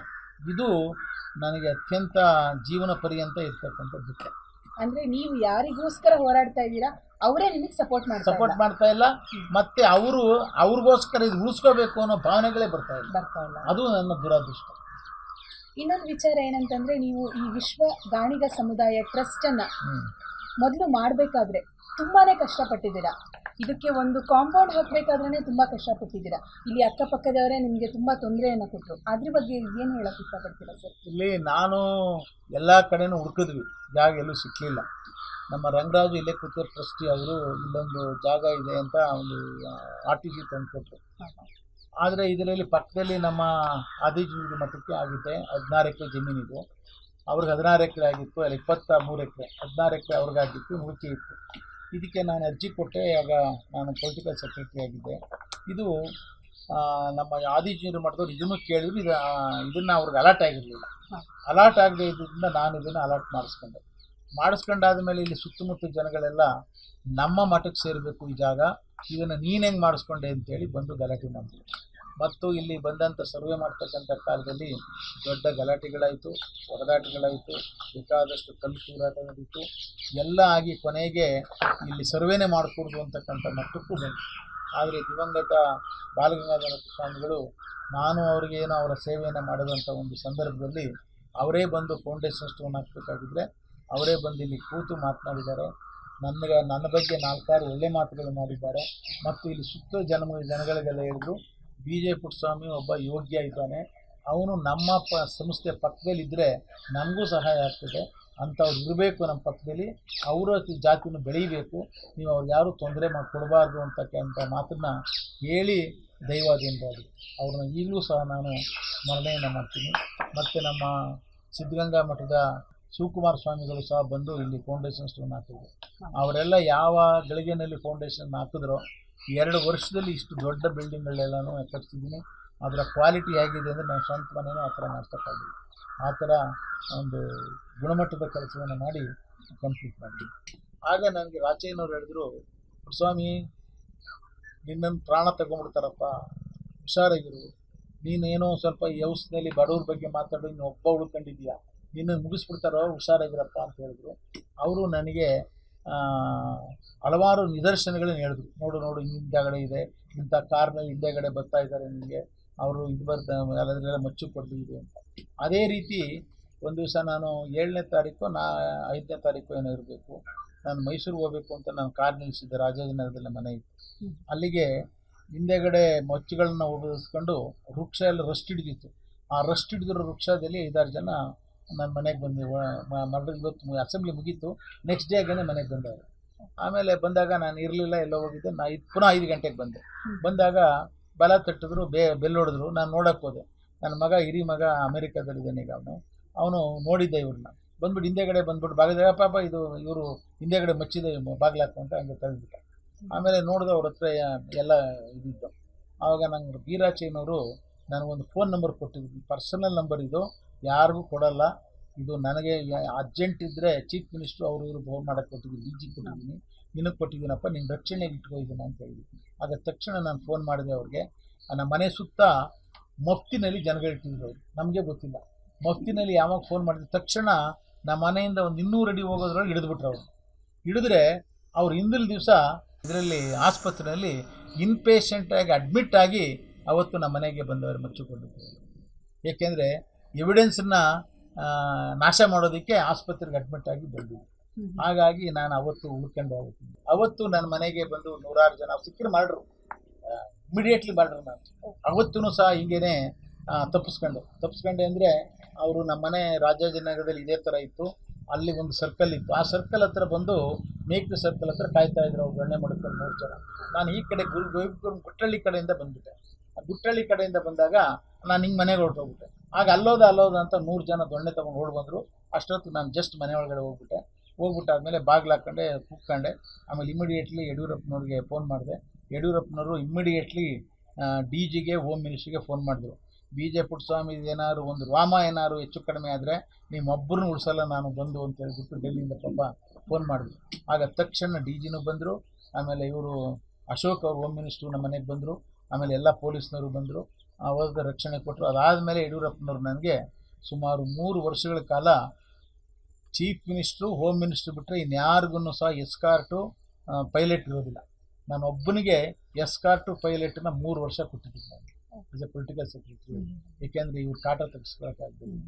ಹೀಗೆ ಹಲವಾರು ಬಾರಿ ನಾನು ಪ್ರಾಮಾಣಿಕವಾಗಿ ಹೋರಾಟ ಮಾಡೋದಕ್ಕೆ ಇದೆಲ್ಲ ನಡೆದಿದೆ. ಇದು ಆದರೂ ನಾನು ಎದೆ ಬಂದಿಲ್ಲ. ಅದಾದಮೇಲೆ ನಾನು ಹೆದರ್ಸೋಕೆ ಅದೆಲ್ಲ ಮಾಡಿದ್ರಲ್ಲ, ನೆಕ್ಸ್ಟ್ ಡೇಯಿಂದ ನಾನು ಇನ್ನೂ ಪ್ರಬಲವಾಗಿ ಯಡಿಯೂರಪ್ಪನ ಡಿಫೆಂಡ್ ಮಾಡಿದೆ. 3 ಸಾರಿ ನಾನು ಮಾಡಿರ್ತಕ್ಕಂಥ ಕೆಲಸವನ್ನು, ನನಗೊಂದು ಸಮಾಜದಲ್ಲಿ ಒಂದು ಆಸೆ ಇತ್ತು, ಜನಪ್ರತಿನಿಧಿಯಾಗಿ ಒಬ್ಬ ಮಾದರಿ ಶಾಸಕನಾಗಿ ಕೆಲಸ ಮಾಡಿ ತೋರಿಸ್ಬೇಕು ಸಮಾಜಕ್ಕೆ ಅಂತ ಒಂದು ಆಸೆ ಇತ್ತು. ಅದರಿಂದ ನಾನು ಕೊಟ್ಟ ಕೆಲಸದಲ್ಲಿ ನಾನು ಸಂಬೋರ್ಡ್ ಚೇರ್ಮನ್ ಆಗಿ ಮಾಡಿದಂಥ ಕೆಲಸದ ಪಣ ಇಟ್ಟು MLA ಆಗಬೇಕು ಅಂತೇಳಿ ನಾನು ಪ್ರಯತ್ನ ಪಟ್ಟೆ. ಆದರೆ ನನಗೆ 3 ಸಾರಿ MLAಗಳನ್ನು ಟಿಕೆಟ್ ಕೊಡಲಿಲ್ಲ. ಈಗಿರ್ತಕ್ಕಂಥ ಯಡಿಯೂರಪ್ಪನವರು ಅವರೇ ಒಂದು ದಿವಸ ಫೋನ್ ಮಾಡಿದ್ರು. 2008 ಅಥವಾ 2009 ಸಾಯಂಕಾಲ 5 ಗಂಟೆಯಲ್ಲಿ ನಾನು ನನ್ನ ಹೆಂಡತಿ ನನ್ನ ಮಗನ ಮನೆಗೆ ಹೋಗಿ ಬರ್ತಾಯಿದ್ದೋ. ಆ ಜಟ್ಗಾ ಸ್ಟ್ಯಾಂಡ್ ಗುಟ್ಟಳ್ಳಿ ಸರ್ಕಲ್ ಹತ್ರ ಬರ್ತಾಯಿದ್ದೋ. ಫೋನ್ ಬಂತು. ಆಮೇಲೆ ನಮಸ್ಕಾರ ಅಂತ ಅಂದೆ. ಯಾರು ಮಾತಾಡೋದು ಅಂದೆ. ನಾನು ಚೀಫ್ ಮಿನಿಸ್ಟರ್ ಯಡಿಯೂರಪ್ಪ ಕುಡ್ಸ ಮಾತಾಡೋದು ಅಂದೆ. ಆಶ್ಚರ್ಯ ನನಗೆ. ಆಮೇಲೆ ಸಾರಿ ಸರ್, ಏನು ಸರ್ ಸಮಾಚಾರ ಅಂತ. ಏನಿಲ್ಲಪ್ಪ, ನೀನು ನೋಡಬೇಕಾಗಿತ್ತು ನಾನು ಅಂತ. ಮತ್ತು ಏನು ಮಾಡಬೇಕು ಸರ್ ಅಂತ. ನಾಳೆ ಬೆಳಿಗ್ಗೆ ನಮ್ಮ ಮನೆಗೆ ಬರ್ತೀರಾ ಅಂದರು. ರೇಸ್ ಕೋರ್ಸ್ ಮನೆ ಹೋದಾಗ ಚೀಫ್ ಮಿನಿಸ್ಟರ್ ಕೂತಿದ್ರು. ಆಗ ಅನಂತಕುಮಾರ್ ಅಲ್ಲೇ ಇದ್ದರು. ಆಮೇಲೆ ಈಗ ಸಂತೋಷ್ ಜಿ ಅನ್ನೋರು ಅವರು ಇದ್ದರು. ಆಮೇಲೆ ಹೋದ ತಕ್ಷಣ ಅವ್ರು ಒಂದೇ ಮಾತು ಹೇಳಿದ್ರು, ಪುಟ್ಟಸ್ವಾಮಿ ಇಲ್ಲಿ RSS ಇದೆಯಪ್ಪ, ನೀನು ನಮ್ಮ ಪಕ್ಷಕ್ಕೆ ಬಂದು ನಾನು ರಕ್ಷಣೆ ಕೊಡಿ, ನೀವೇನು ಕೇಳಬೇಡಿ, ನಾನು ಏನಾದ್ರು ಮಾಡ್ತೀನಿ ನಿಮಗೆ. ನನಗೆ 24 ವರ್ಷ ವನವಾಸ ಮಾಡಿದ್ನಲ್ಲ, ಆಯಿತು ಸರ್ ಅಂತ ಹೇಳಿ ಅಷ್ಟೇ. ಆಯಿತು ಅಂದ ತಕ್ಷಣವೇ ಎಲೆಕ್ಷನ್ ಇತ್ತು, ಎಲೆಕ್ಷನ್ ಇದೆ ಮಾಡಿ ಕೆಲಸ ಅಂದರು. ಅಷ್ಟೊತ್ತಿಗೇನೋ ಸ್ಟೇ ಬಂತು, ನಿಧಾನ ಆಯಿತು. ಆಗ ಸುಮಾರು ಅವ್ರು ನಾನು ಭೇಟಿ ಮಾಡಿದ 3 ದಿನಕ್ಕೆ ಪೊಲಿಟಿಕಲ್ ಸೆಕ್ರೆಟರಿ ಮಾಡಿ ಛತ್ತೀಸ್ಗಢದಲ್ಲಿ ಮಂತ್ರಿ ಇದು ಕೊಟ್ಟೋದ್ರು ಮೀಟಿಂಗ್ಗೆ. ನನಗೆ ರಾತ್ರಿ 2 ಗಂಟೆಯಲ್ಲಿ ಫೋನ್ ಬಂತು. ಯಾರು 2 ಗಂಟೆಯಲ್ಲಿ ಯಾವ ಸತ್ತೋಗಿತ್ತು ಇಷ್ಟೊತ್ತಲ್ಲಿ ಮಾಡ್ತಾರೆ ಅಂತ ನಿದ್ದುಗಣ್ಣಲ್ಲಿ ಅಲ್ಲೋ ಒಂದೆ. ಆಗ BV ಬಾಳೆಗಾರು ಪ್ರಿನ್ಸಿಪಲ್ ಸೆಕ್ರೆಟರಿ AS ಅವರು ಹೇಳಿದ್ರು, ನಮಸ್ಕಾರ ಸ್ವಾಮಿ ಅಂದರು. ಯಾರು ಮಾತಾಡೋದು? ನಾನು ಬಾಳೆಗಾರ್ ಮಾತಾಡೋದು. ಏನು ರೀ ಬಾಳೆಗಾರ್ ಅಂದರು. ಸರ್, ತಮ್ಮನ್ನು ಪೊಲಿಟಿಕಲ್ ಸೆಕ್ರೆಟರಿಯಾಗಿ ಕ್ಯಾಬಿನೆಟ್ ರ್ಯಾಂಕ್ ಕೊಟ್ಟು ಅಪಾಯಿಂಟ್ ಮಾಡಿದ್ದಾರೆ, ನೀವು ನಾಳೆನೇ ಚಾರ್ಜ್ ತಗೋಬೇಕಂತ ಹೇಳ್ತಾರೆ. ಹಾಗಾಗಿ ನಾನು BJPಗೆ ಬಂದ ಮೇಲೆ ನನಗೆ ವಹಿಸಿದಂಥ ಜವಾಬ್ದಾರಿನ ನಿಷ್ಠೆಯಾಗಿ ನಾನು ಮಾಡೋದ್ರಿಂದ MLC ಮಾಡಿದ್ರು, ಮಿನಿಸ್ಟ್ರ್ ಮಾಡಿದ್ರು. ಇವತ್ತು ಭಾರತೀಯ ಜನತಾ ಪಕ್ಷ ಹಿಂದುಳಿದ ವರ್ಗದವ್ರನ್ನೆಲ್ಲ ಗಟ್ಟಿ ಮಾಡಿದ್ದೀನಿ. ಅದು ಎಲ್ರಿಗೂ ಗೊತ್ತು ದೇಶದಲ್ಲಿ. ಪುಟ್ಟಸ್ವಾಮಿಯಿಂದ ನಾವು ನಾವು ಕಳಿಸಿ ಅಂತ ಆಮೇಲೆ ರಿಯಲೈಸ್ ಮಾಡ್ಕೊಂಡ್ರು ಅವರು. ಆದರೆ ಏನು ಮಾಡೋಕ್ಕಾಗುತ್ತೆ? This is the reason. ನಾನು ಕಾಂಗ್ರೆಸ್ ಬಿಟ್ಟು ಬರಲಿಲ್ಲ, ಅವರೇ ಕಳಿಸಿದ್ರು ನನ್ನ. ಆ BJPನವ್ರು ನಾನು ಕರೆದ್ರು. ಆದ್ರೆ ನೀವು ಬಿಜೆಪಿಗೆ ಸೇರಿದ ನಂತರ ಇತ್ತೀಚೆಗೆ ಅಂದ್ರೆ 2018ರಲ್ಲಿ ಮತ್ತೆ ಬಿಜೆಪಿ ಹಿಂದುಳಿದ ಮೋರ್ಚಾಗೆ ರಾಜೀನಾಮೆಯನ್ನ ಕೊಡ್ತೀರಾ?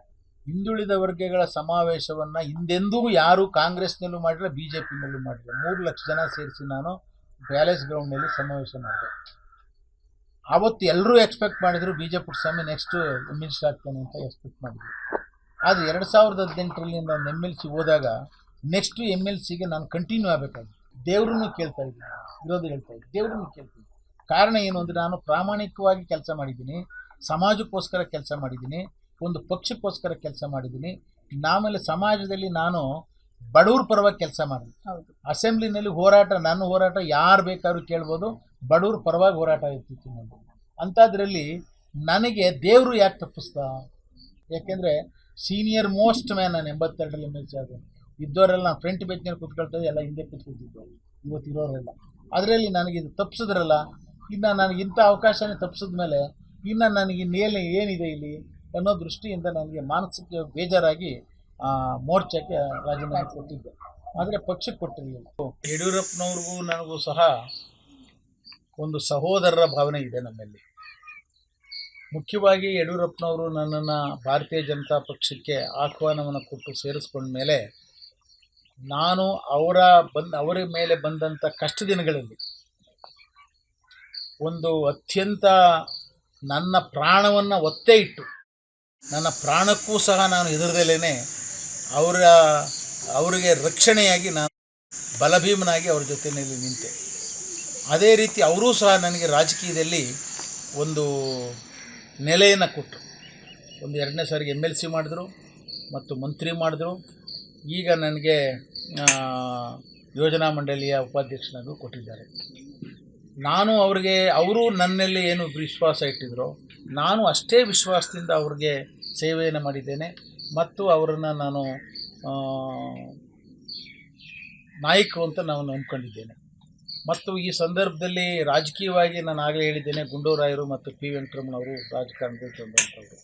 ಮತ್ತು ಯಡಿಯೂರಪ್ಪನವರು ಈ ಸ್ಥಳವನ್ನು ಯಾರಿಗೂ ಕೊಡದೇ ಇರತಕ್ಕಂಥ ಜಾಗವನ್ನು 8 ಎಕರೆ ಜಮೀನನ್ನು ನಮ್ಮ ಸಂಸ್ಥೆಗೆ ಅವರು ಕೊಟ್ಟಿರ್ತಕ್ಕಂಥದ್ದು. ಈ ಭೂಮಿ ಇರೋವರೆಗೂ ಸಹ ಅವ್ರ ಹೆಸರು ಇಲ್ಲಿ ಇರ್ತದೆ, ಯಡಿಯೂರಪ್ಪನವ್ರ ಹೆಸರು. ಅದು ನಾನು ಪತ್ರಿಕೆಯಲ್ಲೂ ಬರೆದಿದ್ದೀನಿ ಅದನ್ನು, ಮತ್ತು ಫೌಂಡೇಶನ್ ಸ್ಟೋನಲ್ಲೂ ಅವರು ಇರ್ತಾರೆ. ಆದ್ದರಿಂದ ನಮ್ಮ ಜನಾಂಗದವರು ಈ ಸಂಸ್ಥೆ ಇರುವಷ್ಟು ದಿವಸ ಯಡಿಯೂರಪ್ಪನವ್ರನ್ನ ಜ್ಞಾಪಿಸ್ಕೊಳ್ಬೇಕು ನನ್ನ ಜೊತೆಯಲ್ಲಿ. ಕಾರಣ ಏನು ಅಂತ ಹೇಳಿದ್ರೆ, ಅವರು ಈ ಜಾಗ ಕೊಡದೇ ಇದ್ದಿದ್ರೆ ಈ ಸಂಸ್ಥೆ ಮಾಡೋಕ್ಕಾಗ್ತಾ ಇರಲಿಲ್ಲ. ಆದ್ದರಿಂದ ಬಹುಶಃ ನಮ್ಮ ಜನಾಂಗಕ್ಕೆ ಅವರಿಗೊಂದು ಆಶ್ರಯವನ್ನು ಕೊಟ್ಟು ತಮ್ಮ ಮೂಲಕ ಅವರಿಗೆ ಅನಂತವಾದಂಥ ಧನ್ಯವಾದಗಳನ್ನು ನನ್ನ ಚಿರುಣಿಯಾಗಿರ್ತೇನೆ ಅಂತಕ್ಕಂಥ ಮಾತನ್ನು ಹೇಳ್ತೀನಿ. ಇನ್ನೊಂದು ಪ್ರಶ್ನೆ ಬರೋದಾದ್ರೆ, ನಿಮ್ಮ ಕುಟುಂಬದವರು ರಾಜಕಾರಣಕ್ಕೆ ಬರ್ತಾರಾ? ಇಲ್ಲ, ನನ್ನ ಮಕ್ಕಳಿಗೆ ರಾಜಕಾರಣ ಕಂಡ್ರೆ ಆಗಲ್ಲ. ಅವರು ನಾನು ಮಂತ್ರಿ ಆಗಿದ್ದಾಗಲೂ ನನ್ನ ಮನೆಗೆ ಬಂದು ಸಂತೋಷ ಪಡಲಿಲ್ಲ. ಹಾಗಾದ್ರೆ ಕುಟುಂಬ ರಾಜಕಾರಣ ಒಬ್ಬ ಮಗ ಅಮೆರಿಕಾದಲ್ಲಿ 25 ವರ್ಷ ಆಯ್ತು ಅಲ್ಲಿದ್ದಾನೆ, ಇನ್ನೊಬ್ಬ ಮಗ ಇಲ್ಲೇ ಸಾಫ್ಟ್ವೇರ್ ಇಂಜಿನಿಯರ್ ಆಗಿದ್ದಾನೆ. ಅವರೆಲ್ಲ ರಾಜಕಾರಣಕ್ಕೆ ಸತ್ಯ ಅಂತ ದೂರ ಇವತ್ತಿನವರೆಗೂ ಯಾವ ಸಂತೋಷ ಸಮಾರಂಭದಲ್ಲೂ ಬಂದು ಅವರು ಪಾಲ್ಗೊಂಡಿಲ್ಲ.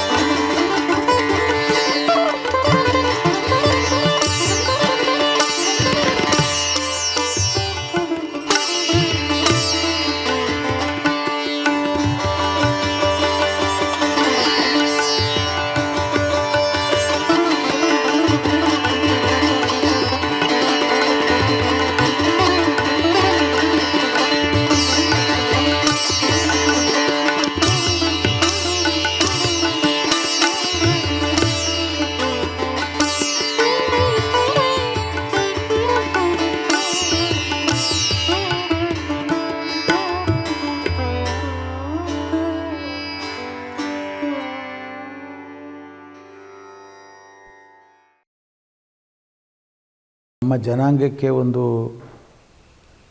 ಸಂಸ್ಥೆಗಳನ್ನು ಕಟ್ಟಬೇಕು ಮತ್ತು ಇತರೆ ಜನಾಂಗಕ್ಕೆ ಇರೋ ಹಾಗೆ ನಮಗೂ ಸಹ ಮಠ ಇರಬೇಕು. ಕಾರಣ ಏನು ಅಂದರೆ, ರಾಜಕಾರಣದ ಬಲ ಇಲ್ಲದೇ ಇದ್ದಾಗ ಒಂದು ಮಠ ಸ್ವಾಮಿಗಳಿದ್ದರೆ ಅಲ್ಲಿಂದಾದರೂ ಸಹ ಮಠದಿಂದ ಒಂದು ದಾರಿ ದೀಪ ಆಗ್ತದೆ ಮಠ ಸ್ವಾಮಿಗಳಿಂದ ಅಂತಕ್ಕಂಥ ಒಂದು ನಂಬಿಕೆ ನನ್ನಲ್ಲಿತ್ತು. ಮತ್ತು ಬೇರೆ ಮಠಗಳನ್ನು ನೋಡಿ, ಆ ಮಠಗಳಲ್ಲಿ ವಿದ್ಯಾಸಂಸ್ಥೆಗಳನ್ನು ನೋಡಿ ನನ್ನ ಜನಾಂಗಕ್ಕೆ ಯಾವುದು ಎಲ್ಲೂ ಆ ಥರ ಆಸರೆ ಇಲ್ವಲ್ಲ ಅಂತ ಹೇಳ್ತಕ್ಕಂಥ ನೋವು ನನ್ನಲ್ಲಿತ್ತು. ಅದಕ್ಕೋಸ್ಕರವಾಗಿ ನನ್ನ ರಾಜಕೀಯ ಜೀವನವನ್ನು ಸಂಪೂರ್ಣವಾಗಿ ಉಪಯೋಗ ಮಾಡಿ ನನ್ನ ಜೀವನವನ್ನು ಒತ್ತೆ ಇಟ್ಟು ಕೆಲಸ ಮಾಡಿದ ಪ್ರಯುಕ್ತ BS ಯಡಿಯೂರಪ್ಪನವರು ನನಗೆ 8 ಎಕರೆ ಜಮೀನು ಮತ್ತು 5 ಕೋಟಿ ದುಡ್ಡನ್ನು ಕೊಟ್ಟರು. ನನ್ನ ಒಂದು ಸೋರ್ಸಸ್ಸು ಸುಮಾರು 1.5 ಕೋಟಿ ಮತ್ತು ಜನಗಳಿಂದ ಬಂದದೊಂದು 75 ಲಕ್ಷ ಎಲ್ಲವನ್ನು ಕ್ರೋಢೀಕರಿಸಿ ಪ್ರಥಮವಾಗಿ ನಾನು ಕಲ್ಯಾಣ ಮಂಟಪ, ವಿದ್ಯಾರ್ಥಿ ನಿಲಯ, ಗುರುಪೀಠವನ್ನು ನಾನು 2013-14ರಲ್ಲಿ ಪ್ರಾರಂಭ ಮಾಡಿ 2016ರಲ್ಲಿ ಓಪನ್ ಮಾಡಿದ್ವಿ. ಓಪನ್ ಮಾಡಾದಮೇಲೆ ಈ ಮಠಕ್ಕೆ ಒಬ್ಬ ಪೀಠಾಧಿಪತಿ ಬೇಕು. ಆ ಪೀಠಾಧಿಪತಿಗೋಸ್ಕರ ನಾನು ನಮ್ಮ ಜನಾಂಗದವರೇ ಬೇಕು ಅಂತ ಅನ್ನೋ ಉದ್ದೇಶದಿಂದ ನಾನು ಎಲ್ಲ ನಮ್ಮ ಜನಾಂಗದವರಿಗೆಲ್ಲ ಹೇಳಿ ಮೊದಲನೇದಾಗಿ ಒಬ್ಬ ಹುಡುಗನನ್ನು ಅವ್ರನ್ನ ಕರ್ಕೊಂಡು ಬಂದು ನಂಜನಗೂಡಿಂದ ನಾನು ಇದರಲ್ಲಿ ಮುರುಘರಾಜೇಂದ್ರ ಮಠದಲ್ಲಿ ನಾನು ಅವಾಗ ಇನ್ಚಾರ್ಜ್ ಮಿನಿಸ್ಟರ್ ಆಗಿದ್ದೆ ಚಿತ್ರದುರ್ಗಕ್ಕೆ. ಅಲ್ಲಿ ಸುಮಾರು ನಿಯರ್ಲಿ ಒಂದು 60-70 ಸಾವಿರ ರೂಪಾಯಿ ನಾನು ಸ್ವಂತ ಖರ್ಚು ಮಾಡಿ ಅವರ ತಂದೆ ತಾಯಿಗಳು ಅವ್ರ ಬಂಧು ಬಳಗ ಎಲ್ಲ ಬಂದಿದ್ದರು ಹುಡುಗನ ಕಡೆಯವರು. ದೀಕ್ಷೆಯನ್ನು ಕೊಡಿಸ್ದೆ. ಅಲ್ಲಿ ದೀಕ್ಷೆ ಕೊಡಿಸಿದ ಮೇಲೆ ಅವನಿಗೆ ಖರ್ಚು ವೆಚ್ಚಕ್ಕೆ ಅಂತ ಹೇಳ್ಬಿಟ್ಟು ತಿಂಗಳಿಗೆ ಒಂದು 10,000 ರೂಪಾಯಿ ಕೊಡ್ತಾಯಿದ್ದೆ. ಮತ್ತು ನನ್ನ ಪರ್ಸನಲ್ ಅಸಿಸ್ಟೆಂಟು ಚಿತ್ರದುರ್ಗ ಇನ್ಚಾರ್ಜ್ ಇರೋನ್ನ ಅವ್ರನ್ನ ಯೋಗಕ್ಷೇಮ ನೋಡ್ಕೊಳ್ಳೋದಕ್ಕೂ ಬಿಟ್ಟಿದ್ದೆ. ಅವನು ಒಳ್ಳೆಯ ಹುಡುಗ, ಗ್ರ್ಯಾಜುಯೇಟು ಮತ್ತು ಎಜುಕೇಷನ್ ಡಿಪಾರ್ಟ್ಮೆಂಟ್ನಲ್ಲಿದ್ದ. ಅವನು ಮೊದಲು ಬಂದು ರಾಜೀನಾಮೆ ಕೊಟ್ಟು ಬರ್ತೀನಿ ಅಂದ. ನಾನು ಹೇಳಿದೆ, ನೋಡಪ್ಪ, ನೀನು ರಾಜೀನಾಮೆ ಕೊಟ್ಬಿಟ್ಟು ಇಲ್ಲೇನಾದರೂ ಹೊಂದದೇ ಇದ್ದರೆ ನಾಳೆ ತೊಂದರೆ ಆಗ್ಬೋದು. ನೀನು ಹಾಗೆ ಬಾ, ದೀಕ್ಷೆ ತಗೋ, ಅದಾದಮೇಲೆ ನೀನು ಹೊಂದಿದ ಮೇಲೆ ನೀನು ಬೇಕಾದ್ರೆ ರಾಜೀನಾಮೆ ಕೊಡುವೆ ಅಂತ ನಾನು ಒಳ್ಳೆತನದಲ್ಲಿ ಹೇಳಿದೆ. ಆವಾಗ ಸುಮಾರು 3 ತಿಂಗಳು ಇದ್ದ ಅಲ್ಲಿ. ಹುಡುಗ ವಿದ್ಯಾವಂತ, ನಡೆ ಎಲ್ಲ ಚೆನ್ನಾಗಿತ್ತು, ಸ್ವಾಮಿಗೆ ಯೋಗ್ಯನಾಗೂ ಇದ್ದ. ಆದರೆ ದುರಾದೃಷ್ಟವಶಾತ್ತು ಕೆಲವರೆಲ್ಲ ಈ ಮಠ ಮಾಡ್ತಾರೆ, ಏನೋ ಅವ್ರಿಗೆ ಯಾವ ಮನೋವ್ಯಥೆ ಬಂತೋ ಗೊತ್ತಿಲ್ಲ. ಕೆಲವರು ನಮ್ಮವರೇ, ನಮ್ಮ ಗಾಣಿಗರನ್ನೇ ಸೇರಿದಂಥವರು, ರಾಜಕೀಯ ನಾಯಕರು ಸೇರಿದ್ರು. ಮತ್ತು ಇನ್ನು ಕೆಲವರು ಸೋಷಿಯಲ್ ಬ್ಯಾಡ್ ಎಲಿಮೆಂಟ್ಸ್ ಅಂತ ಏನು ಹೇಳ್ತೀವಿ ಅಂಥವರೆಲ್ಲ ಸೇರಿಕೊಂಡು ಆ ಹುಡುಗನ ತಂದೆ ತಾಯಿಗಳಿಗೆ ಬೋಧನೆ ಮಾಡಿ ಆ ಹುಡುಗನ ವಾಪಸ್ ಕರ್ಕೊಂಡು ಹೋಗಬೇಕು ಅಂಥೇಳಿ ತಂದೆ ತಾಯಿಗಳಿಗೆಲ್ಲ ಸ್ವಲ್ಪ, ನನಗೆ ಗೊತ್ತಿಲ್ಲ, ಹೇಳೋದು ಬೇರೆ ಜನ ಹೇಳೋದು, ಸ್ವಲ್ಪ ಹಣಕಾಸನ್ನು ಖರ್ಚು ಮಾಡಿದ್ರು ಅಂತಕ್ಕಂಥ ಮಾತನ್ನು ಹೇಳಿದ್ರು. ಅವ್ರನ್ನ ಚಿತ್ರದುರ್ಗಕ್ಕೆ ಕಳಿಸಿದ್ದಾರೆ ಕರ್ಕೊಂಬರೋದಕ್ಕೆ. ಆಗ ಅಲ್ಲಿ ಸ್ವಾಮಿಗಳು, ಮುರುಘರಾಜೇಂದ್ರ ಮಠ ಸ್ವಾಮಿಗಳು ನನಗೆ ಫೋನ್ ಮಾಡಿದ್ರು. ಪುಟ್ಟಸ್ವಾಮಿಯವರೇ, ನಿಮ್ಮ ಹುಡುಗ ಸ್ವಲ್ಪ ಯಾಕೋ ಚಂಚಲವಾಗಿದ್ದಾನೆ, ಇಲ್ಲಿ ಯಾರ್ಯಾರೋ ಬಂದು ಮಠ ಸುತ್ತ ತಿರುಗಾಡ್ತಾ ಇದ್ದಾರೆ, ಸ್ವಲ್ಪ ಕಷ್ಟ ಆಗ್ಬೋದು, ಅವ್ನು ಇರ್ತಾನೋ ಇಲ್ಲೋ ಗೊತ್ತಿಲ್ಲ ಅಂದರು. ಸ್ವಾಮೀಜಿ, ನಾನೇ ಬರ್ತೀನಿ, ಬಂದು ನಾನು ಮಾತಾಡ್ತೀನಿ ಅಂತ ಹೇಳಿದೆ. ಇವತ್ತು ಹೇಳಿದ್ದೀನಿ, ನಾಳೆಗೇನೇ ಹುಡುಗ ಒಂದು ಮಠದಲ್ಲಿ ಇಟ್ಟಿದ್ರು ಅವ್ರನ್ನ. ಆ ಮಠದಲ್ಲಿ ದೀಕ್ಷೆ ತೊಗೊಂಡಿದ್ದಂಥ ಕಾವಿ ಬಟ್ಟೆನ ಬಿಸಾಕಿ ತಂದೆ ತಾಯಿಗಳ ಜೊತೆಲಿ ಹೊರಟೋದ್ಮೇಲೆ ಇದು ಒಂದು ವ್ಯಥೆ ಆಯಿತು ನನಗೆ. ಎರಡನೇದಾಗಿ ಇನ್ನೊಂದು ಹುಡುಗನ ಗುಂಡ್ಲುಪೇಟೆಯಿಂದ ಒಂದು ಹುಡುಗನ ಕರ್ಕೊಂಡು ಬಂದರು. ಅವರು ತಂದೆ ತಾಯಿಗಳೆಲ್ಲ ಬಂದು ನೋಡಿದ್ರು, ಎಲ್ಲ ಮಾಡಿದ್ರು. ಸಿದ್ಧಗಂಗಾ ಸ್ವಾಮಿಗಳು, ನಡೆದಾಡೋ ದೇವರು ಶಿವಕುಮಾರ ಸ್ವಾಮಿಗಳು. ಆದರೆ ನನಗೆ ಅವರಿಗೆ ಇದ್ದಂಥ ಬಾಂಧವ್ಯದಲ್ಲಿ, ಪ್ರೀತಿ ವಿಶ್ವಾಸದಲ್ಲಿ ದೀಕ್ಷೆಯನ್ನು ಕೊಟ್ಟರು ಹುಡುಗನಿಗೆ. ಅಲ್ಲೂ ಸಹ ನಾನೇ ಸ್ವಂತವಾಗಿ ಒಂದು 60-70 ಸಾವಿರ ರೂಪಾಯಿನ 1 ಲಕ್ಷ ರೂಪಾಯಿ ಖರ್ಚು ಮಾಡಿ ಭಾಳ ಬೃಹತ್ತಾಗಿ ಎಲ್ಲ ನಮ್ಮ ಜನಾಂಗದ ಮುಖಂಡರುಗಳೆಲ್ಲ ಸೇರಿಸಿ ದೀಕ್ಷೆ ಕೊಡಿಸ್ದೆ ಸಿದ್ಧಗಂಗಾ ಮಠದಲ್ಲಿ. ಸ್ವಾಮಿಗಳು ಈ ಹುಡುಗನ ಬೆಳಿಗ್ಗೆ 5 ಗಂಟೆಗೆ ಕರೆದು ಶಿವಪೂಜೆ ಕೂರಿಸ್ಕೊಳ್ತಾ ಇದ್ರಂತೆ. ಅಲ್ಲಿ ಬೇರೆಯವರು ಹೇಳಿದ್ರು ನನಗೆ ತುಂಬ ಸಂತೋಷ ಆಯಿತು. ಮತ್ತು ವೇದ ಕಲಿಯೋದಕ್ಕೆ ಅಂತ ಹೇಳ್ಬಿಟ್ಟು ಪಾಠಶಾಲೆಗೆ ಸೇರಿಸ್ದೆ. ಅಲ್ಲಿ ಇದ್ದ ಅವನು ಒಂದು 6 ತಿಂಗಳಿದ್ದ. 6 ತಿಂಗಳು ಇದ್ದ ಮೇಲೆ ವೇದಕ್ಕೆ ಹೋಗು ಅಂತ ಹೇಳಿದ್ವಿ, ಸೇರಿಸಿದ್ದು. ಈ ಬಿಲ್ಡಿಂಗ್ ಓಪನ್ ಮಾಡಬೇಕು ಅಂತ 2016ರಲ್ಲಿ ಜುಲೈನಲ್ಲಿ 3/7/2016ಕ್ಕೆ ಫಿಕ್ಸ್ ಆಯಿತು. ಆಗ ನಾವು ಹೇಳಿದು ಬಿಲ್ಡಿಂಗ್ ಓಪನ್ ಮಾಡಬೇಕು, ನಿಮಗೆ ಆವಾಗ ನಾವು ಇದನ್ನು ಪೀಠಾಧಿಪತಿಯಾಗಿ ಇದು ನಾಮಕರಣ ಮಾಡ್ತೀವಿ, ನೀವು ಎಲ್ಲ ಸ್ವಲ್ಪ ವೇದ ಏನು ಮಾಡಿದ್ದೀರ ಹೇಳ್ರಿ ಅಂತ ಹೇಳ್ಬಿಟ್ಟು ನಾವೆಲ್ಲ ಹೇಳ್ದು. ಆ ಮನುಷ್ಯನಿಗೆ ಪುನಃ ಯಾರು ಈ ಮೊದಲನೇ ಹುಡುಗನ ಕಳಿಸಿದ್ರೋ ಅಂಥವರೇ ಕೆಲವರೆಲ್ಲ ಏನು ಬೋಧನೆ ಮಾಡಿದ್ರು ಅಂತ ಹೇಳಿದ್ರೆ, ಅವನು ಮೊದಲೇನು ಮಾಡ್ದ, ನಮ್ಮ ಟ್ರಸ್ಟಿಗಳು ಹೋದರೆ, ಪುಟ್ಟಸ್ವಾಮಿ ಯಾರ್ರೀ ಅವನ್ಯಾರು, ಮೊದಲು ನನಗೆ ಎಲ್ಲ ಆಸ್ತಿನೆಲ್ಲ ನನ್ನ ಹೆಸರು ಬರ್ಕೊಡ್ಬೇಕು, ನಾನು ಓಪನ್ ಮಾಡ್ತೀನಿ ಬಿಲ್ಡಿಂಗನ್ನು, ಅವನ ಕೈಯಲ್ಲಿ ಏನು ಓಪನ್ ಮಾಡಿಸ್ಕೋಬೇಕಾಗಿಲ್ಲ ನನಗೆ ಅನ್ನೋ ಥರ ತುಚ್ಛವಾಗಿ ಮಾತಾಡಿದ್ದಾರೆ. ಆಮೇಲೆ ನಮ್ಮ ಟ್ರಸ್ಟಿಗಳೆಲ್ಲ ಒಂದು ಬ್ಯಾಚ್ ಬೈ ಬ್ಯಾಚ್ ಹೋಗಿ ಎಲ್ಲ ಅಡ್ವೈಸ್ ಮಾಡಿದ್ರು. ಅವನು ಈಲ್ಡಾಗಿ, ಯಾಕೆ ಹಿಂದೆಗಡೆ ಇದ್ದಿರಲ್ಲ, ನೀನು ಬರ್ಕೊಡ್ತಾರೆ, ನೀನು ಗಟ್ಟಿಯಾಗಿರು ಅಂತ ಅವ್ರಿಗೆ ಹೇಳ್ಕೊಟ್ಟಿದ್ರು. ಅವನು ಒಪ್ಪಲಿಲ್ಲ ಹುಡುಗ. ಒಪ್ಪದೇ ಇದ್ಮೇಲೆ ನಮ್ಮವರೆಲ್ಲ ಈಗಲೇ ನಿಮ್ಮನ್ನು ಯಾರು ಒಂದವರು ಸಂಸ್ಥೆ ಕಟ್ಟಿ ಸಂಸ್ಥಾಪಕರಾಗಿ ಇದನ್ನೆಲ್ಲ ಮಾಡಿದಂಥವರು, ಇದೆಲ್ಲ ಮಾಡಿದ್ದು ನನ್ನ ಸ್ವಪ್ರೇರಣೆಯಿಂದ ಮಾಡಿದೆ. ಸ್ವಪ್ರೇರಣೆಯಿಂದ ಯಾರೂ ನಮ್ಮ ಜನಾಂಗದವ್ರು ಕೇಳಲಿಲ್ಲ ನನಗೆ ಮಠ ಮಾಡಬೇಕು, ಸಂಸ್ಥೆ ಕಟ್ಟಬೇಕು ಅಂತ. ಆದರೆ ನನ್ನ ಸ್ವಪ್ರೇರಣೆಯಿಂದ ನನ್ನ ಜನಾಂಗಕ್ಕೆ ಬೇರೆಯವ್ರ ರೀತಿ ಒಂದು ಸಂಸ್ಥೆ ಕಟ್ಟಬೇಕು, ಮಠ ಮಾಡಬೇಕು, ಇದೊಂದು ದಾರಿದೀಪವಾಗಿ ಜನಾಂಗಕ್ಕೆ ಉಳಿಬೇಕು ಶಾಶ್ವತವಾಗಿ ಭೂಮಿ ಮೇಲೆ ಅಂತಕ್ಕಂಥ ಆಸೆಯಿಂದ ನಾನು ಸರ್ವಸ್ವನೂ ತ್ಯಾಗ ಮಾಡಿ ಇಲ್ಲಿಗೆ ನನ್ನ ರಾಜಕೀಯ ಜೀವನ ಮತ್ತು ತನು ಮನ ಧನ ಎಲ್ಲವನ್ನ ದಾನ ಮಾಡಿ ನಾನು ಮಾಡ್ತಾಯಿದ್ದೀನಿ. ಆಗ ಹುಡುಗ ಈ ಥರ ಮಾಡ್ದ. ಆಮೇಲೆ ಇನ್ನೊಂದು ಹುಡುಗ ಪಾಂಡವಪುರದಿಂದ ಬಂದಿದ್ದ. ಅವನು ಏನಂತ ಕೆಟ್ಟದೇನು ನಾನು ನೋಡಲಿಲ್ಲ, ಸುಮ್ಮನೆ ಇರೋದನ್ನು ಹೇಳೋಕ್ಕಾಗತ್ತಾ, ಮಧ್ಯದವನು ಒಬ್ಬಂದೇ ಆ ಥರ ಬುದ್ಧಿ. ಮೊದಲನೇವನು ಇರಲಿ, ಇವನು ಇರಲಿಲ್ಲ. ಇವನು 9 ತಿಂಗಳು ನನಗೆ ಗೊತ್ತಾಯಿತು. ಅದಾದಮೇಲೆ ನಾನ್ ಲಿಂಗಾಯಟ್ಸ್ ಆ್ಯಂಡ್ ನಾನ್ ಬ್ರಾಹ್ಮಿನ್ಸ್ ಎಲ್ಲ ದೀಕ್ಷೆ ತಗೊಂಡಿರೋದು ರಾಜರಾಜೇಶ್ವರಿ ದೇವಸ್ಥಾನ ಅಂದರೆ ಕೈಲಾಸ ಮಠದಲ್ಲಿ. ಇವರು ಬಾಲಗಂಗಾಧರ ಸ್ವಾಮಿ, ಈಗ ನಿರಂಜನ ಸ್ವಾಮಿನೂ ಓದಿರೋದು ಅಲ್ಲೇ. ಮತ್ತು ಪುರುಷಾನಂದಪುರಿ ಸ್ವಾಮೀಜಿ, ಕುರುಬರು ಸ್ವಾಮೀಜಿ, ಕುಂಬಾರರು ಸ್ವಾಮೀಜಿ, ಮಾದಾರ ಚೆನ್ನೈನವರು ಎಲ್ಲ ಜಾತಿಯವರು ದೀಕ್ಷೆ ತಗೊಂಡು ಅಲ್ಲೇ ಓದಿರೋದು ಅಂತಕ್ಕಂಥ ಮಾತನ್ನು ಹೇಳಿದರು. ಆಗ ನಮ್ಮ ಸ್ನೇಹಿತರು ಹನುಮಂತ ಶೆಟ್ಟಿ ಅಂತ ಹೇಳ್ಬಿಟ್ಟು ಅಲ್ಲಿ ಸ್ವಾಮಿಗಳಿಗೆ ಪರಿಚಯ ಇದ್ದರು. ಅವ್ರ ಮೂಲಕ ಪರಿಚಯ ಮಾಡಿಕೊಂಡು ಆ ಹುಡುಗನ ತೊಗೊಂಡೋಗಲ್ಲಿ ಬಿಟ್ವಿ. ಅವರು ಭಾಳ ಪ್ರೊಸೀಜರಲ್ಲಿ ಅವ್ರ ತಂದೆ ತಾಯಿಗಳೆಲ್ಲ ಬಂದು ಬರ್ಕೊಡ್ಬೇಕು ಎಲ್ಲ. ನಾವು ಈ ಹುಡುಗನಿಗೆ ಇದಕ್ಕೆ ಸ್ವಾಮಿ ಆಗೋದಕ್ಕೆ ನಾವು ಒಪ್ಕೊಂಡಿದ್ದೀವಿ ಅಂತ ಹೇಳ್ಬಿಟ್ಟು ಬರೆಸ್ಕೋಬೇಕು. ಅದಾದಮೇಲೆ ನೇರವಾಗಿ ನಾವು ದೀಕ್ಷೆ ಕೊಡೋದಿಲ್ಲ, ನಮ್ಮ ಕೆಲವು ಫಾರ್ಮ್ಯಾಲಿಟೀಸ್ ಅದೆಲ್ಲ ಮಾಡಬೇಕು. ಅದೆಲ್ಲ ಅಬ್ಸರ್ವ್ ಮಾಡಿ ಅವನದು ಯೋಗ್ಯ ಇದ್ದಾನೆ ಅಂದರೆ ಮಾತ್ರ ದೀಕ್ಷೆ ಕೊಡ್ತೀವಿ, ಇಲ್ಲ ಅದು ಕೊಡೋದಿಲ್ಲ ಅಂತ ಹೇಳಿದ್ರು. ಆ ಹುಡುಗ ಅದು ಬರ್ಕೊಟ್ಟ, ನಾನು ನಿಮ್ಮ ನಿಬಂಧನೆಗಳಿಗೆಲ್ಲ ನಾನು ಒಪ್ಕೊಂಡಿದ್ದೀನಿ ಅಂತೇಳಿ ಅವರ ಅಕ್ಕ ತಂಗಿದರಿಗೆಲ್ಲ ಸೈನ್ ಹಾಕ್ಸಿ ಕೊಟ್ಟ. ಅದನ್ನು ಇವತ್ತು ಪತ್ರ ಇದೆ ಅವ್ರ ಹತ್ರ, ಸ್ವಾಮಿಗಳ ಹತ್ರ, ನನ್ನ ಹತ್ರನೂ ಇದೆ. ಅದಾದಮೇಲೆ ಸುಮಾರು ಅಲ್ಲಿ ಯಾವಾಗಲೂ ಜಪ ಮಾಡ್ತಿರ್ತಾರೆ ಸ್ವಾಮಿಗಳು, ಧ್ಯಾನ ಮಾಡ್ತಿರ್ತಾರೆ. ಈ ನವರಾತ್ರಿ ಟೈಮ್ನಲ್ಲಿ ಸುಮಾರು 1 ತಿಂಗಳು ಧ್ಯಾನ ಮಾಡ್ತಾರಂತೆ. ಆಗ ದೊಡ್ಡ ಯಾಗ ಮಾಡ್ತಿರ್ತಾರೆ ಅವರು, ಇದನ್ನು ಯಾವುದು ಹೋಮ ಮಾಡ್ತಿರ್ತಾರೆ. ಆಗ ಹೋಮ ಮಾಡುವಾಗ ನನಗೆ ಹೇಳಿ ಕಳಿಸಿದ್ರು. ನಾನು ಹೋಮಕ್ಕೆ ಹೋದೆ. ಹೋಮದ ಮುಂದೆ ನನ್ನನ್ನು ಕೂರಿಸಿದ್ರು. ಹೋಮ ಆದಮೇಲೆ ಹೋಮ ಎಲ್ಲ ಮುಗಿದ ಮೇಲೆ ಒಂದು ವಾರ ಆದಮೇಲೆ ನನ್ನನ್ನು ನಮ್ಮ ಟ್ರಸ್ಟಿಗಳನ್ನ ಹನುಮಂತ ಶೆಟ್ಟಿ ಅಂತ ಅವ್ರನ್ನೂ ಕರೆಸಿದ್ರು. ಆಗ ನಾನು ರಂಗರಾಜು ಅಂತ ಟ್ರಸ್ಟಿ ನಮ್ಮ ಹನುಮಂತ ಶೆಟ್ಟಿ ಹೋದ್ವಿ. ಆಗ ಅವ್ರು ಏನು ಹೇಳಿದ್ರು ಅಂದರೆ, ಪುಟ್ಟಸ್ವಾಮಿಯವರೇ ಆ ಹುಡುಗನಿಗೆ ದೀಕ್ಷೆ ಕೊಡಬೇಕು, ನಾವು ಪಟ್ಟಾಭಿಷೇಕ ಮಾಡಬೇಕು ಅಂತ ಹೇಳ್ಬಿಟ್ಟು ಸ್ವಾಮಿಗಳಲ್ಲಿ ಮನವಿ ಮಾಡಿದೆ. ಅದಕ್ಕೆ ಅವರೇನು ಹೇಳಿದ್ರು, ಅದಕ್ಕೋಸ್ಕರ ಕರೆದಿದ್ದೀನಿ ನಿಮ್ಮನ್ನು.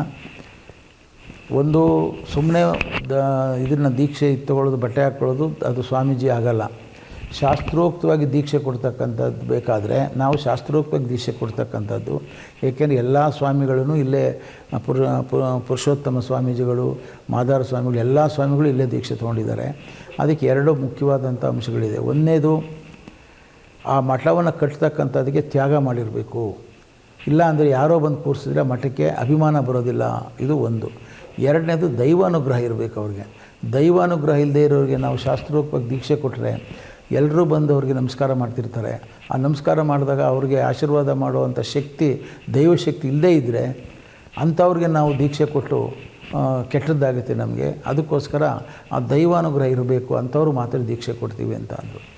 ಸರಿ ಸ್ವಾಮಿ ಆಗ್ಬೋದು, ಮತ್ತು ಈ ಹುಡುಗನಿಗೆ ಏನು ಮಾಡೋಣ ಅಂತ ಹೇಳ್ತೀನಿ ಅಂದ್ಬಿಟ್ಟು, ನೋಡಿ ನೀವು ವಿಧಾನಸೌಧದಲ್ಲಿ ಮಂತ್ರಿ ಸ್ಥಾನದಲ್ಲಿದ್ದೀರಾ, ಈ ಹುಡುಗ ಇಲ್ಲೇ 9 ತಿಂಗಳಿಂದ ಇದ್ದಾನೆ. ನಾವು ಜಪ ಮಾಡುವಾಗ, ಇಷ್ಟು ದಿವಸದಲ್ಲಿ ಜಪ ಮಾಡುವಾಗ ಅವನು ಸಹ ವೇದ ಎಲ್ಲ ಕಳೀತಾ ಇದ್ದಾನೆ. ಒಂದು ದಿವಸನೂ ಅವನ ಹೆಸರನ್ನ ರಾಜರಾಜೇಶ್ವರಿ ನಮಗೆ ಸೂಚನೆ ಮಾಡಿಲ್ಲ. ಎಲ್ರಿಗೂ ಇದೇ ಥರ ಮಾಡಿರೋದು. ಆದರೆ ನೀವು ವಿಧಾನಸೌಧದಲ್ಲಿದ್ದೀರಾ, ನಿಮ್ಮ ಹೆಸರನ್ನ ನಾವು ಈ ನವರಾತ್ರಿಯಲ್ಲಿ ಜಪ ಮಾಡುವಾಗ ನಿಮ್ಮ ಹೆಸರನ್ನ ರಾಜರಾಜೇಶ್ವರಿ ಸೂಚನೆ ಬಂದಿದೆ. ಬಿಜೆಪಿ ಸ್ವಾಮಿನೇ ದೀಕ್ಷೆ ತಗೋಬೇಕು ಮೊದಲನೇ ಪೀಠಾಧಿಪತಿಯಾಗಿ ಅಂತ ಹೇಳ್ಬಿಟ್ಟು ಸೂಚನೆ ಬಂದಿದೆ. ದೈವ ಸೂಚನೆ ಅದು. ಅದರಿಂದ ನೀವು ಇದನ್ನು ಪೀಠಾಧಿಪತಿ ಆದರೆ ನಾವು ದೀಕ್ಷೆ ಕೊಡ್ತೀವಿ. ಈ ಹುಡುಗನ ಕೊಡಲ್ಲ ಅಂತ ಹೇಳಲ್ಲ. ಯಾವತ್ತು ಅವನಿಗೆ ದೈವಾನುಗ್ರಹ ಆಗುತ್ತೋ ಅಂಥ ದಿವಸ ನಾವು ದೀಕ್ಷೆ ಕೊಡ್ತೀವಿ, ಅಲ್ಲಿವರೆಗೆ ಕಾಯಬೇಕು ಅಂತ ಅಂದರು. ಆಗ ನಾನು ಹೇಳಿದೆ, ಸ್ವಾಮೀಜಿ ನಾನೇ ಕರ್ಕೊಂಡು ಬಂದು ಈಗ ನಾನೇ ಆಗ್ತೀನಿ ಅಂದರೆ ಒಂದು ಜನದಲ್ಲಿ ಅಭಿಪ್ರಾಯ ಒಳ್ಳೇದು ಬರೋದಿಲ್ಲ ಅಂದೆ. ನೀವೇನು ಅದನ್ನು ಯೋಚನೆ ಮಾಡಬೇಡಿ ಅಂದರು. ಆಯ್ತು ಸ್ವಾಮಿ ಅಂದೆ. ಆ ಹುಡುಗನ ಕರೆದ್ರು. ಏನಪ್ಪ ಈಗ ನಿನಗೆ ದೈವಾನುಗ್ರಹ ಇಲ್ಲ, ದೈವಾನುಗ್ರಹ ಬಂದ ತಕ್ಷಣವೇ ಅವರೇ ನಿಮಗೆ ಹ್ಯಾಂಡ್ ಓವರ್ ಮಾಡ್ತಾರೆ. ಈಗ ಸದ್ಯಕ್ಕೆ ಅವ್ರಿಗೆ ದೈವಾನುಗ್ರಹ ಆಗಿದೆ, ಅದರಿಂದ ಪೀಠ ಆಗಬೇಕು ಅಂತ ಹೇಳಿದ್ರೆ ಈಗ ಬಿಜೆಪಿ ಸ್ವಾಮಿಯವರಿಗೆ ದೀಕ್ಷೆ ತಗೋಬೇಕಾಯ್ತದೆ. ಪೀಠ ಆಗೋದಕ್ಕೆ ಕೂಡು ಬಂದಿದೆ, ಈಗ ಕಾಲ ಕೂಡು ಬಂದಿದೆ. ಇದುವರೆಗೆ 2016ರಲ್ಲಿ ಓಪನ್ ಆಗಿ ಮಠ 2022ವರೆಗೂ ಖಾಲಿ ಇರೋದಕ್ಕೆ ಉದ್ದೇಶ ಏನು? ಅದಕ್ಕೆ ಟೈಮ್ ಬಂದಿಲ್ಲ. ಆಮೇಲೆ ಇದ್ದ 3 ಹುಡುಗರಿಗೂ ದೈವಾನುಗ್ರಹ ಇಲ್ಲ. ಆ ದೈವಾನುಗ್ರಹ ಇಲ್ಲದೇ ಇರೋದಕ್ಕೆ ಅವ್ರು ವಾಪಸ್ ಹೊರಟೋಗಿದ್ದಾರೆ. ಅದರಿಂದ ಈಗ ಕಾಲ ಕೂಡು ಬಂದಿದೆ, ಟೈಮ್ ಬಂದಿದೆ ಈಗ ನಮ್ಮ ದೃಷ್ಟಿಲಿ ನೋಡಿದಾಗ. ಅದರಿಂದ ಈಗ ಪೀಠ ಆಗುತ್ತೆ, ಅದಕ್ಕೆ ನೀನು ಒಪ್ಕೊಳ್ತೀಯ ಇದಕ್ಕೆ ಅಂದರು.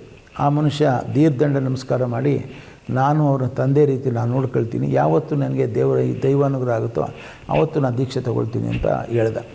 ಅದಾದಮೇಲೆ ಸ್ವಾಮೀಜಿ ಏನಾರು ಅಲ್ಲಿ ನಮ್ಮ ಮುಖಂಡರನ್ನ ಕೇಳಬೇಕು ಅಂತ ಹೇಳಿದೆ. ಆಗ ನಮ್ಮ ಕಲ್ಯಾಣ ಮಂಟಪದಲ್ಲಿ 2 ಮೀಟಿಂಗನ್ನು ಮಾಡಿದ್ವಿ. ಸ್ವಾಮಿಗಳನ್ನೇ ಕರೆಸಿದ್ದೆ. ಸ್ವಾಮಿಗಳು ಕರೆಸಿ ನಮ್ಮ ಜಿಲ್ಲೆಯಿಂದ ಮುಖಂಡಗಳೆಲ್ಲ ಬಂದಿದ್ದರು.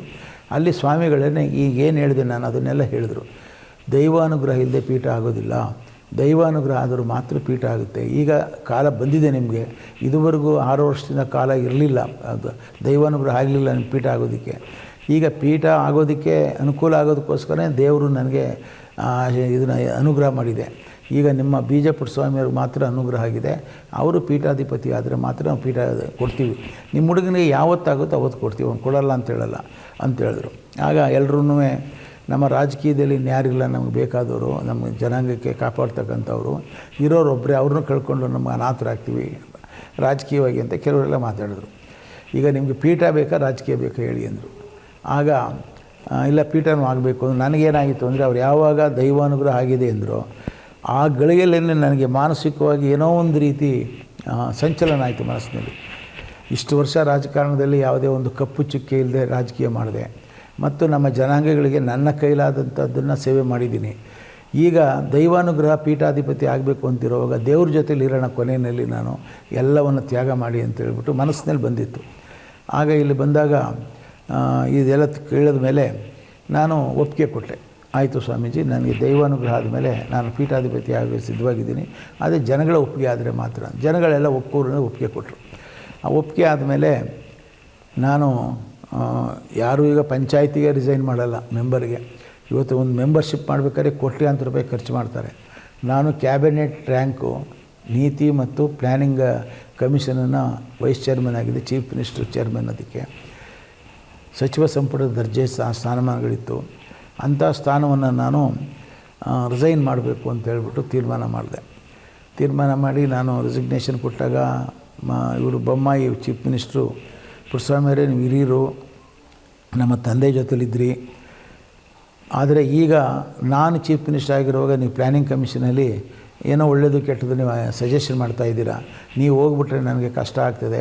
ಯಡಿಯೂರಪ್ಪನಿಗೆಲ್ಲ ನೀವು ಭಾಳ ಜೊತೆಲಿ ನಿಂತು ಅವ್ರನ್ನ ಕಾಪಾಡಿದ್ದೀರಾ, ನನಗೂ ನೀವು ಸಪೋರ್ಟ್ ಮಾಡಬೇಕು, ಹೋಗಬೇಡಿ ನೀವು ಅಂತ ಅಂದರು. ಇಲ್ಲಪ್ಪ ದೈವಾನುಗ್ರಹ ಆಗಿದೆ, ನಾನು ಹೋಗಲೇಬೇಕು ಅಂತೇಳಿ 30/4/2022 ರೆಸಿಗ್ನೇಷನ್ ಕೊಟ್ಟೆ. 6/5/22 2022 ಕೈಲಾಸ ಮಠದಲ್ಲಿ ದೀಕ್ಷೆ ತೊಗೊಂಡು ಅಲ್ಲಿ 6 ದಿವಸ 1 ವಾರ ಏನೇನು ಕಾಂಕರಿಗಳು ಮಾಡಬೇಕು ಎಲ್ಲ ಮಾಡಿದ್ರು. ಮಾಡಾದಮೇಲೆ 15/5/2022 ನಾನು ದೀಕ್ಷೆ ಇಲ್ಲಿ ಪಟ್ಟಾಭಿಷೇಕ ಆಯಿತು. ಇದರ ಮೂಲ ಉದ್ದೇಶ, ನಾನು ದೀಕ್ಷೆ ತಗೊಳ್ಬೇಕಾದ ಉದ್ದೇಶ ಏನು ಅಂದರೆ, ಮಠ ಆಗಬೇಕು ಅಂತಕ್ಕಂಥದ್ದು ನನ್ನ ಪೂರ್ವಯೋಜಿತ ನಿರ್ಧಾರ ಮತ್ತು ಸ್ವಪ್ರೇರಣೆಯಿಂದ ಆದದ್ದು. ಈಗ 2016 ಮಠ ಕಟ್ಟಿ 2022ವರೆಗೂ ಈ 3 ಹುಡುಗರಿಗೂ ಬಂದು ಅದು ದೈವಾನುಗ್ರಹದಿಂದ ಆಗದೇ ಇದ್ದಾಗ ಪೀಠ ನಿಂತೋಗ್ಬಿಡುತ್ತೆ ಅನ್ನೋದನ್ನು ಸ್ವಾಮಿಗಳು ಹೇಳಿದ್ರು. ಆಗ ಪೀಠ ಆಗಲೇಬೇಕು, ನಮ್ಮ ಜನಾಂಗಕ್ಕೊಂದು ಪೀಠ ಸ್ಥಾಪನೆ ಮಾಡಲೇಬೇಕು, ದೇವರು ನನ್ನ ಮೂಲಕನೇ ಪ್ರಾರಂಭ ಮಾಡಬೇಕು ಅಂತ ಇಚ್ಛೆ ಇರುವಾಗ ನಾನು ಇದಕ್ಕೆ ಒಪ್ಕೊಳ್ಳೋಣ ಅಂಥೇಳಿ ಪೀಠಾಧಿಪತಿ ಆಗೋದಕ್ಕೆ ಸಂಪೂರ್ಣವಾಗಿ ನನ್ನ ಮನಸ್ಸನ್ನು ಕೊಟ್ಟು ನಾನು ಒಪ್ಕೊಂಡೆ. ಎರಡನೇ ವಿಚಾರ, ನಮ್ಮಲ್ಲಿ ಒಂದು 6 ಒಳಪಂಗಡಗಳಿದೆ. ಒಂದು ಜ್ಯೋತಿಪಣ, ನಾವು ಜ್ಯೋತಿಪಣದವರು ಸುಮಾರು ಎಲ್ಲ ಜಿಲ್ಲೆಗಳಲ್ಲಿ, ದಕ್ಷಿಣ ಕನ್ನಡದಲ್ಲಿ ಕರ್ನಾಟಕದಲ್ಲಿ ಎಲ್ಲ ಜಿಲ್ಲೆಗಳಲ್ಲಿ ಇದ್ದೀವಿ. ಇನ್ನೊಂದು ಜ್ಯೋತಿನಗರ ವೈಶ್ಯ ಅಂತ. ಜ್ಯೋತಿನಗರ ವೈಶ್ಯ ಅಂದರೆ ಈ ದೊಡ್ಡಣ್ಣ ಹಾಸ್ಟೆಲ್ ಇದೆಯಲ್ಲ, ಕೋಲಾರದವರು, ಸ್ವಲ್ಪ ತಮಿಳಿನ ತೆಲುಗು ಕನೆಕ್ಷನ್ಸ್ ಇರ್ತಕ್ಕಂಥವ್ರು. ಮೂರನೇದು ಚೆಟ್ಟಿಯಾರ್ಸ್ ಅಂತ ಹೇಳ್ಬಿಟ್ಟು ಮಡ್ರಾಸಿಂದ ಇಲ್ಲಿಗೆ ವಲಸೆ ಬಂದಂಥವ್ರು. ಮತ್ತು ಇನ್ನೊಂದು ಸೋಮವಂಶ ಕ್ಷತ್ರಿಯ ಅಂತೇಳ್ಬಿಟ್ಟು ಮಂಗಳೂರಿನವರು, ಸಾಪಲ್ಯ ಅಂತೇಳ್ಬಿಟ್ಟು. ಇನ್ನೊಂದು ದೇವಗಾಣಿಗರು ಅಂತಿದ್ದಾರೆ. ದೇವಗಾಣಿಗರು ತಿಪ್ಟೂರಿನಲ್ಲಿದ್ದಾರೆ, ಕೋಲಾರದಲ್ಲಿದ್ದಾರೆ, ಬೆಂಗಳೂರಿನಲ್ಲಿದ್ದಾರೆ. ಅವರು ತೆಲುಗು ಇದು ಸ್ವಲ್ಪ ಸಂಬಂಧಪಟ್ಟಂಥವ್ರು. ಹೀಗೆ 6 ಒಳಪಂಗಡಗಳಿದೆ. ಈ 6 ಒಳಪಂಗಡಗಳಲ್ಲಿ ತರ್ತಕ್ಕಂಥದ್ದಲ್ಲಿ ನಮ್ಮಲ್ಲಿ ಹೊಂದಾಣಿಕೆಯಾಗಲಿ ಯಾವುದೂ ಸಹ ಗಾಣಿಗರು ಅಂತಕ್ಕಂಥ ಭಾವನೆ ಇರಲಿಲ್ಲ ಅಲ್ಲಿ. ಅದಕ್ಕೆ ಒಂದು ಉದಾಹರಣೆ ಹೇಳಬೇಕು ಅಂತ ಹೇಳಿದ್ರೆ, ಮೈಸೂರಿನಲ್ಲಿ ನಮ್ಮ ಎಂ ಕೆ ಲಿಂಗಯ್ಯನವರು, ನಮ್ಮ ಜ್ಯೋತಿಪಣದವರು ಮೇಯರ್ ಆಗಿದ್ದರು. ಅಂಥ ಸಂದರ್ಭದಲ್ಲಿ JT ವಿಶ್ವನಾಥನ್ ಅಂತೇಳಿ ಜ್ಯೋತಿನಗರ ವೈಶ್ಯದರು ಕಮಿಷನರ್ ಆಗಿದ್ದರು. ಇಬ್ಬರೂ ಕಮಿಷನರು, ಇವರು ಮೇಯರು. ಈ ಇಬ್ಬರೂ ಗಾಣಗರಾದರು, ಒಬ್ರಿಗೊಬ್ಬರು ಗಾಣಗರು ಅಂತ ಇವು ಹೇಳ್ಕೊಂಡೇ ಇಲ್ಲ. ಅವರು ನಮಗೆ ಸಂಬಂಧನೇ ಇಲ್ಲ ಅನ್ನೋ ಥರ ಬೇರೆ ಇದ್ದರು. ನಾನು 1972ರಲ್ಲಿ ಹಾವನೂರು ಕಮಿಷನ್ಸ್ಗೆ ಎಲ್ಲರೂ ರಿಸರ್ವೇಷನ್ಸ್ಗೋಸ್ಕರ ಸಂಖ್ಯಾಂಶಗಳನ್ನು ಕೊಡಬೇಕು ಅಂತಕ್ಕಂಥ ಒಂದು ಪ್ರಕಟಣೆ ಆಯಿತು. ಆಗ ನಮ್ಮ ಜ್ಯೋತಿ ನಗರ ವಯಸ್ಸರಲ್ಲಿ ಸ್ವಲ್ಪ ಎಜುಕೇಟೆಡ್ ಜಾಸ್ತಿ, ಯಾಕೆಂದರೆ ದೊಡ್ಡಣ್ಣ ಹಾಸ್ಟೆಲಿದೆ, ಅವ್ರು 100 ವರ್ಷದ ಹಿಂದೆ ಇದು. ಅಲ್ಲಿ ಎಲ್ಲ ಸ್ಟೇಟ್ ಆಫೀಸರ್ಸ್ ಆಗಿದ್ದರು. JT ವಿಶ್ವನಾಥನ್ ಇದ್ದರು, ಜಯಂತ್ ರಾಜನ್ ಅಂತ ಸ್ಟೇಟ್ ಡೈರೆಕ್ಟರ್ ಆಗಿದ್ದರು, MK ಇವರು ಗವಿಶೆಟ್ಟರು ಡೈರೆಕ್ಟರ್ ಆಗಿದ್ದರು, ಅಣ್ಣಯ್ಯ ಡೈರೆಕ್ಟರ್ ಆಗಿದ್ದರು. ಈಗ ಭಾಳ ಜನ ಇದರಲ್ಲಿ ಅವರೆಲ್ಲ ಸೇರಿ ಒಂದು ಅಂಕಿಅಂಶ ಕೊಡೋದಕ್ಕೆ ತೀರ್ಮಾನ ಮಾಡಿದರು. ಅದರಲ್ಲಿ ನನಗೆ ಆ ಜ್ಯೋತಿ ನಗರ ವಯಸ್ಸಲ್ಲಿ MS ಶ್ರೀನಿವಾಸಮೂರ್ತಿ ಅಂತ ನನಗೂ ಅವ್ರಿಗೂ ಹಳೆಯ ಸ್ನೇಹಿತರು ನಾವು. ಆಗ ನಮ್ಮೇಲೆ ಅಷ್ಟು ವಿದ್ಯಾವಂತರು ಇರಲಿಲ್ಲ, ನಮ್ಗೆ ಅವೇರ್ನೆಸ್ ಇಲ್ಲ. ಆಗ ನಾನು ಜಯಂತ್ ರಾಜನ್ ವಿಶ್ವನಾಥನ್ ಅವ್ರ ಹತ್ರ ಹೋದೆ. ಅವರು ಕಮಿಷನರ್ ಆಗಿದ್ದರು, KS, ಇವರು ಡೈರೆಕ್ಟರ್ ಆಗಿದ್ದರು. ಆಗ ಕೂತ್ಕೊಂಡು ಮಾತಾಡಿ ಎಲ್ಲ ಗಾಣಿಗರು ಸೇರಿ ನಾವು ಕೊಡೋಣ ಅಂತ. ಎಲ್ಲ ಗಾಣಿಗರು ಎಲ್ಲೆಲ್ಲಿದ್ದಾರೋ ನಮ್ಗೆ ಗೊತ್ತಿಲ್ಲ ಅಂದರು. ಆಗ ನಾನು ಒಬ್ಬ ನಟರಾಜ್ ಅಂತ ಹೇಳ್ಬಿಟ್ಟು ನಮ್ಮ ರಾಜನ್ ಅವರ ಷಡ್ಕ ಅಡ್ವರ್ಟೈಸ್ಮೆಂಟ್ ಕೊಡೋದಕ್ಕೆ 300 ರೂಪಾಯಿ ಕೊಟ್ಟರು. ಆ 300 ರೂಪಾಯಿನ ನಾನು ತೊಗೊಂಡೋಗಿ ಡೆಕ್ಕನ ಇದಕ್ಕೆ ಪ್ರಜಾವಣೆ ಕೊಟ್ಟು ಎಲ್ಲ ಗಾಣಿಗರು ಒಳಪಂಗಡಗಳವರೆಲ್ಲ ಇಂಥ ಆಫೀಸಿಗೆ ನೀವು ಅಡ್ರೆಸ್ಗೆ ಬಂದು ಭೇಟಿ ಮಾಡಿ ಅಂಕಿಅಂಶಗಳು ಕೊಡಬೇಕು ಅಂತ ಹೇಳ್ಬಿಟ್ಟು ಕೊಟ್ಟು, ಅದರ ಮೇಲೆ ನಾವು ಅಂಕಿಅಂಶಗಳನ್ನು ತಯಾರು ಮಾಡಿ ಅವನೂರು ಕಮಿಷನ್ಗೆ ಕೊಟ್ಟಾಯಿತು. ಕೊಟ್ಟಾದ ಮೇಲೆ ಕೆಲವು ಇಂಟರ್ನಲ್ ಡಿಸ್ಪ್ಯೂಟ್ನಿಂದ ಸಂಘ ಸ್ಟಾಕು ಇನ್ನು ಬರ್ಖಾಸ್ತು ಮಾಡೋಣ ಅಂತ ಅನ್ನೋ ಮಟ್ಟಕ್ಕೆ ಬಂದರು. ಆಗ ನಾನು ಹೇಳಿದೆ, ಜನಾಂಗದ ಹಿತದೃಷ್ಟಿಯಿಂದ ಸರ್ಕಾರದ ಜೊತೆಲಿ ನಾವು ಹೋರಾಟ ಮಾಡಬೇಕಾದ್ರೆ ಗಾಣಿಗ ಅನ್ನೋದೇ ಹೆಸರಲ್ಲಿ ಹೋಗಬೇಕೆ ಹೊರತು ಸಬ್ಸೆಕ್ಟ್ ಹೆಸರಲ್ಲಿ ಆಗೋದಿಲ್ಲ ಅನ್ನೋ ದೃಷ್ಟಿಯಿಂದ ಅಖಿಲ ಕರ್ನಾಟಕ ಗಾಣಿಗರ ಸಂಘವನ್ನು 1973-74ರಲ್ಲಿ ಸ್ಥಾಪನೆ ಮಾಡಿದ್ವಿ. ಸ್ಥಾಪನೆ ಮಾಡಾದಮೇಲೆ ನಾನು 2ನೇ ಅಧ್ಯಕ್ಷ ಆದೆ. ಮೊದಲು JT ವಿಶ್ವನಾಥನ್ ಆಗಿದ್ದರು ಜ್ಯೋತಿ ನಗರದವರು, ಆಮೇಲೆ ನಾನಾದಾಗ ಈ ನಮ್ಮಲ್ಲಿ ರಕ್ತ ಸಂಬಂಧ ಬೆಳೆಸಬೇಕು ಮತ್ತು ಸಾಮರಸ್ಯನ ಉಂಟು ಮಾಡಬೇಕು ಅಂತೇಳಿ ಬೆಂಗಳೂರಿನಲ್ಲಿ 13 ಜನ ಮಿನಿಸ್ಟ್ರನ್ನ ಕರೆದು, ಆವಾಗ ಧರ್ಮಸಿಂಗು, ವೀರಪ್ಪ ಮೊಯ್ಲಿ, ಖಾರ್ಗೆ ಅವರು, ಹೀಗೆಲ್ಲ 13 ಜನ ಮಿನಿಸ್ಟ್ರುಗಳು ಬಂದಿದ್ದರು. ಇಲ್ಲಿ ಸಮಾವೇಶ ಮಾಡಿದೆ, ಮೈಸೂರಲ್ಲಿ ಮಾಡಿದೆ, ಆಮೇಲೆ ಮಂಗಳೂರಿನಲ್ಲಿ ಮಾಡಿದೆ. ಅಲ್ಲಿ ಬಂಟ್ವಾಳ ಅಂತ ಹೇಳ್ಬಿಟ್ಟು ಮೇಯರ್ ಆಗಿದ್ದರು, ಅವ್ರಿಗೆ ಆಲ್ ಇಂಡಿಯಾ ಪ್ರೈಸ್ ಬಂದಿತ್ತು ಬೆಸ್ಟ್ ಮೇಯರ್ ಅಂತ, ಅಲ್ಲಿ ಮಾಡಿದೆ. ಆಮೇಲೆ ಕುಮಟಾದಲ್ಲಿ ಮಾಡಿದೆ. ಆಮೇಲೆ ಇದರಲ್ಲಿ ತಿಪ್ಟೂರಿನಲ್ಲಿ ಬೃಹತ್ವಾದಂಥ ಒಂದು ಸಮಾವೇಶ ಮಾಡಿದ್ವಿ. ಗುಂಡೂರಾಯರು ಚೀಫ್ ಮಿನಿಸ್ಟರ್ ಆಗಿದ್ದರು ಅಷ್ಟೊತ್ತಿಗೆ. ಇವೆಲ್ಲ ಮಾಡಾದಮೇಲೆ ನಾನು ಗುಂಡೂರಾಯರಿಗೆ ಒಂದು ಮನವಿ ಕೊಟ್ಟೆ, ಧರ್ಮದರ್ಶನಲ್ಲಿ ನಿಂತ್ಕೊಂಡು. ಆಗ ನಾನು ನಾಳೆ ಹಿಂದುಳಿದ ವರ್ಗದ ಸಂಘಟನೆಯಲ್ಲಿ ದೇವರಾಜ ಅರಸನವರ ಜೊತೆಯಲ್ಲಿ ಮತ್ತು P. ವೆಂಕಟರಮಣ ಅಂತ ಹೇಳ್ಬಿಟ್ಟು ನಂಜನಗೂಡಿಂದ ಸ್ಪೀಕರ್ ಆಗಿದ್ದರು. ಅವರ ಒಡನಾಟದಲ್ಲಿ ನಾನು ಇದ್ದೆ. ಒಡನಾಟದಲ್ಲಿದ್ದು ನಾನು ಅಧ್ಯಕ್ಷ ಆದಮೇಲೆ ಇಂಜಿನಿಯರ್ ಆಗಿದ್ದೆ. ನಾನು ಇಂಜಿನಿಯರ್ ಆಗಿದ್ದು ಯಾವಾಗ ನಾನು ಹಿಂದುಳಿದ ವರ್ಗದಲ್ಲಿ ಜೋಡಿಸ್ಕೊಂಡಿದ್ದೆ ಕಾಂಗ್ರೆಸ್ ಪಕ್ಷದಲ್ಲಿ, ಮತ್ತು ನಾನು ಈ ಜನಾಂಗದ ಅಧ್ಯಕ್ಷರಾದೆ. ಆಗ ನಾನು ಸಕ್ರಿಯವಾಗಿ ಕೆಲಸ ಮಾಡೋಕ್ಕಾಗೋದಿಲ್ಲ ಅಂತ ಹೇಳ್ಬಿಟ್ಟು ಇಂಜಿನಿಯರ್ಗೂ ರಾಜೀನಾಮೆ ಕೊಟ್ಟೆ. ಅವಾಗ ಇನ್ ದಿ ಇಂಟ್ರೆಸ್ಟ್ ಆಫ್ ಜನಾಂಗದ ದೃಷ್ಟಿಯಿಂದ ರಾಜೀನಾಮೆ ಕೊಟ್ಟು ಈ ಸಮಾವೇಶಗಳನ್ನೆಲ್ಲ ಮಾಡಿದೆ. ಮಾಡಾದಮೇಲೆ ನಾನು ಇವರಿಗೆ ಗುಂಡೂರಾಯರಿಗೆ ಧರ್ಮದರ್ಶನದಲ್ಲಿ ಹೋಗಿ ನಮ್ಮ ಜನಾಂಗಕ್ಕೆ ಒಂದು ಪ್ರಾತಿನಿಧ್ಯ ಕೊಡಬೇಕು, ಅಧ್ಯಕ್ಷನಾಗಿ ಕೇಳ್ತಾ ಇದ್ದೀನಿ. ನಮ್ಮಲ್ಲಿ ಹಿರಿಯರಾದ MK ಲಿಂಗಯ್ಯನವರು ಮೇಯರ್ ಆಗಿದ್ದಾರೆ, ಆಮೇಲೆ L. ಶೆಟ್ಟರು ಅಂತ ನಿಮ್ಗೆ ಗೊತ್ತಿದೆ, ಅವರು ಆಗಿದ್ದಾರೆ, S. ನಾರಾಯಣಪ್ಪ ಅಂತ ಮುನ್ಸಿಪಲ್ ಪ್ರೆಸಿಡೆಂಟ್ ಆಗಿದ್ದಾರೆ. ಯಾರನ್ನಾದರೂ ರೆಕಗ್ನೈಸ್ ಮಾಡಿ ನೀವು ಒಂದು ರೆಪ್ರೆಸೆಂಟೇಷನ್ ಕೊಡಿ ಅಂತ ಹೇಳ್ಬಿಟ್ಟು, ಅಂದರೆ ಜನಾಂಗದ ಬಗ್ಗೆ ನನಗಿದ್ದಂಥ ಕಳಕಳಿ ತಮ್ಗೆ ಹೇಳ್ತಾ ಇರೋದು. ಆ ಕಳಕಳಿಯಿಂದ ಹೋಗಿ ಮನವಿ ಮಾಡಿದೆ. ಇವತ್ತು ನಾವು 4 ಗಂಟೆ ಕೊಟ್ಟಿದ್ದೆ, 8 ಗಂಟೆ ಕೊಟ್ಟೆ. ಬೆಳಿಗ್ಗೆ 8 ಗಂಟೆಗೆ ಗುಂಡೂರಾಯರು ಇಲ್ಲ, ಅವತ್ತು ದೇವ್ರ ಮುಂದೆ ಹೇಳ್ತಾ ಇದ್ದೀನಿ, ಪಾಪ ಫೋನ್ ಮಾಡಿದ್ರು 8 ಗಂಟೆಗೆ, ಗಸ್ತೆ ಅಂತ ಫೋನ್ ಮಾಡಿಸಿದ್ರು. ನಾನು ನಮಸ್ಕಾರ ಸರ್, ಏನು ಸರ್ ಅಂದರೆ ತಕ್ಷಣ ಮನೆಗೆ ಬಂದರು. ಮನೆಗೆ ಹೋದಾಗ ಕೂತಿದ್ರು. ಈಗ ಕೃಷ್ಣದಲ್ಲಿದ್ದರು ಅವರು. ಅವಾಗ ಪುಟ್ಟಸ್ವಾಮಿ, ನಾನು ಒಂದು ಪ್ರಶ್ನೆ ಕೇಳಿದ್ದೆ ಅವ್ರಿಗೆ, ಏನು ರೀ ಎಲ್ಲ MLAಗಳು MP ಗಳು ರೆಕಮೆಂಡ್ ಮಾಡಿಸಪ್ಪ ಅಂದರು. ಸರ್ MLA MP ಗಳು ನಮ್ಮ ಹತ್ರ ಇದ್ದರೆ ನಾನು ಧರ್ಮದರ್ಶನದಲ್ಲಿ ಯಾಕೆ ಸರ್ ಬರ್ತಾಯಿದ್ದೆ, ನೇರವಾಗಿ ಅವ್ರು ಕರ್ಕೊಂಡು ನಿಮ್ಮ ರೂಮ್ಗೊಂದು ಅಲ್ಲೇ ಕೇಳ್ತಾಯಿದ್ದು ನಾವು. ಅದರಿಂದ ಆ ಶಕ್ತಿ ಇಲ್ಲ ನಮಗೆ. ಆ ಶಕ್ತಿ ಕೊಡಿ, ನಮ್ಮ ಜನಾಂಗದ ಸಮಸ್ಯೆಗಳನ್ನು ಹೇಳೋದಕ್ಕೆ ಒಂದು ಪ್ಲಾಟ್ಫಾರ್ಮ್ ಬೇಕು. ಕಾನ್ಸ್ಟಿಟ್ಯೂಷನಲ್ಲಿ ಅನ್ರೆಪ್ರೆಸೆಂಟೆಡ್ ಕಮ್ಯುನಿಟಿಗೆ ಕೊಡಬೇಕು ಅಂತ ಇದೆ. ಆ ಕಾನ್ಸ್ಟಿಟ್ಯೂಷನ್ ಪ್ರಕಾರ ನಮಗೆ ನಾಮಿನೇಷನ್ನಲ್ಲಿ ಕೊಡಿ ಅಂತ ಕೇಳಿದೆ ನಾನು. ಆಗ ಗುಂಡೂರಾಯರು, ರೀ ಪುಟ್ಟಸ್ವಾಮಿ, ನೆನೆ ದಿನ ಏನೇನೋ ನೀವು ಪ್ರಶ್ನೆ ಕೇಳಿದ್ರಿ, ಅದರಿಂದ ನಿಮ್ಮನ್ನೇ ನಾನು MLC ಮಾಡ್ತಾಯಿದ್ದೀನಿ ರೀ ಅಂತ ಅಂದರು. ಆಗ ನಾನು ದೇವ್ರ ಮುಂದೆ ಹೇಳ್ತಾ ಇದ್ದೀನಿ, ನಾನು ನಮ್ಮ ಜನಾಂಗ, ನಾನು ಲಾಯಲ್ಲಾಗಿರ್ತೀನಿ ಸರ್ ನಿಮಗೆ ಅಂತ ಹೇಳಿದೆ. ಇದಕ್ಕೆ ಪೂರ್ವಭಾವಿಯಾಗಿ ನಾನು ತಿಪ್ಟೂರಿನಲ್ಲಿ ಭಾಷಣ ಮಾಡಿದ್ದೆ. ನನ್ನ ಭಾಷಣ ಕೇಳಿಬಿಟ್ಟು ತೇನ್ಮಂತಪ್ಪ ಅಂತ ಹೇಳ್ಬಿಟ್ಟು ಪೊಲಿಟಿಕಲ್ ಸೆಕ್ರೆಟರಿ ಇದ್ರು ಅವ್ರಿಗೆ. ಆಗ ಅವ್ರ ಹತ್ರ ಬರ್ಸಿದ್ರಂತೆ, ರೀ ಪುಟ್ಟಸ್ವಾಮಿ ಚೆನ್ನಾಗಿ ಭಾಷಣ ಮಾಡ್ತಾನೆ, ನಮ್ಮ ಇದಕ್ಕೆ ಪಕ್ಷಕ್ಕೆ ಪ್ರಯೋಜನ ಆಗ್ತದೆ, ಇವನ್ನೇನಾರ ಮಾಡೋಣ ಬರ್ಕೊಳ್ರಿ ಅಂತ ಹೇಳಿದ್ರಂತೆ.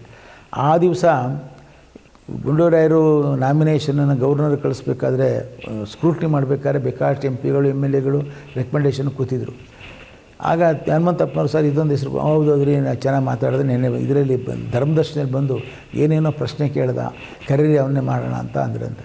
ಆಗ ನಾನು ಕರೆದ್ರು, MLC ಮಾಡಿದ್ರು.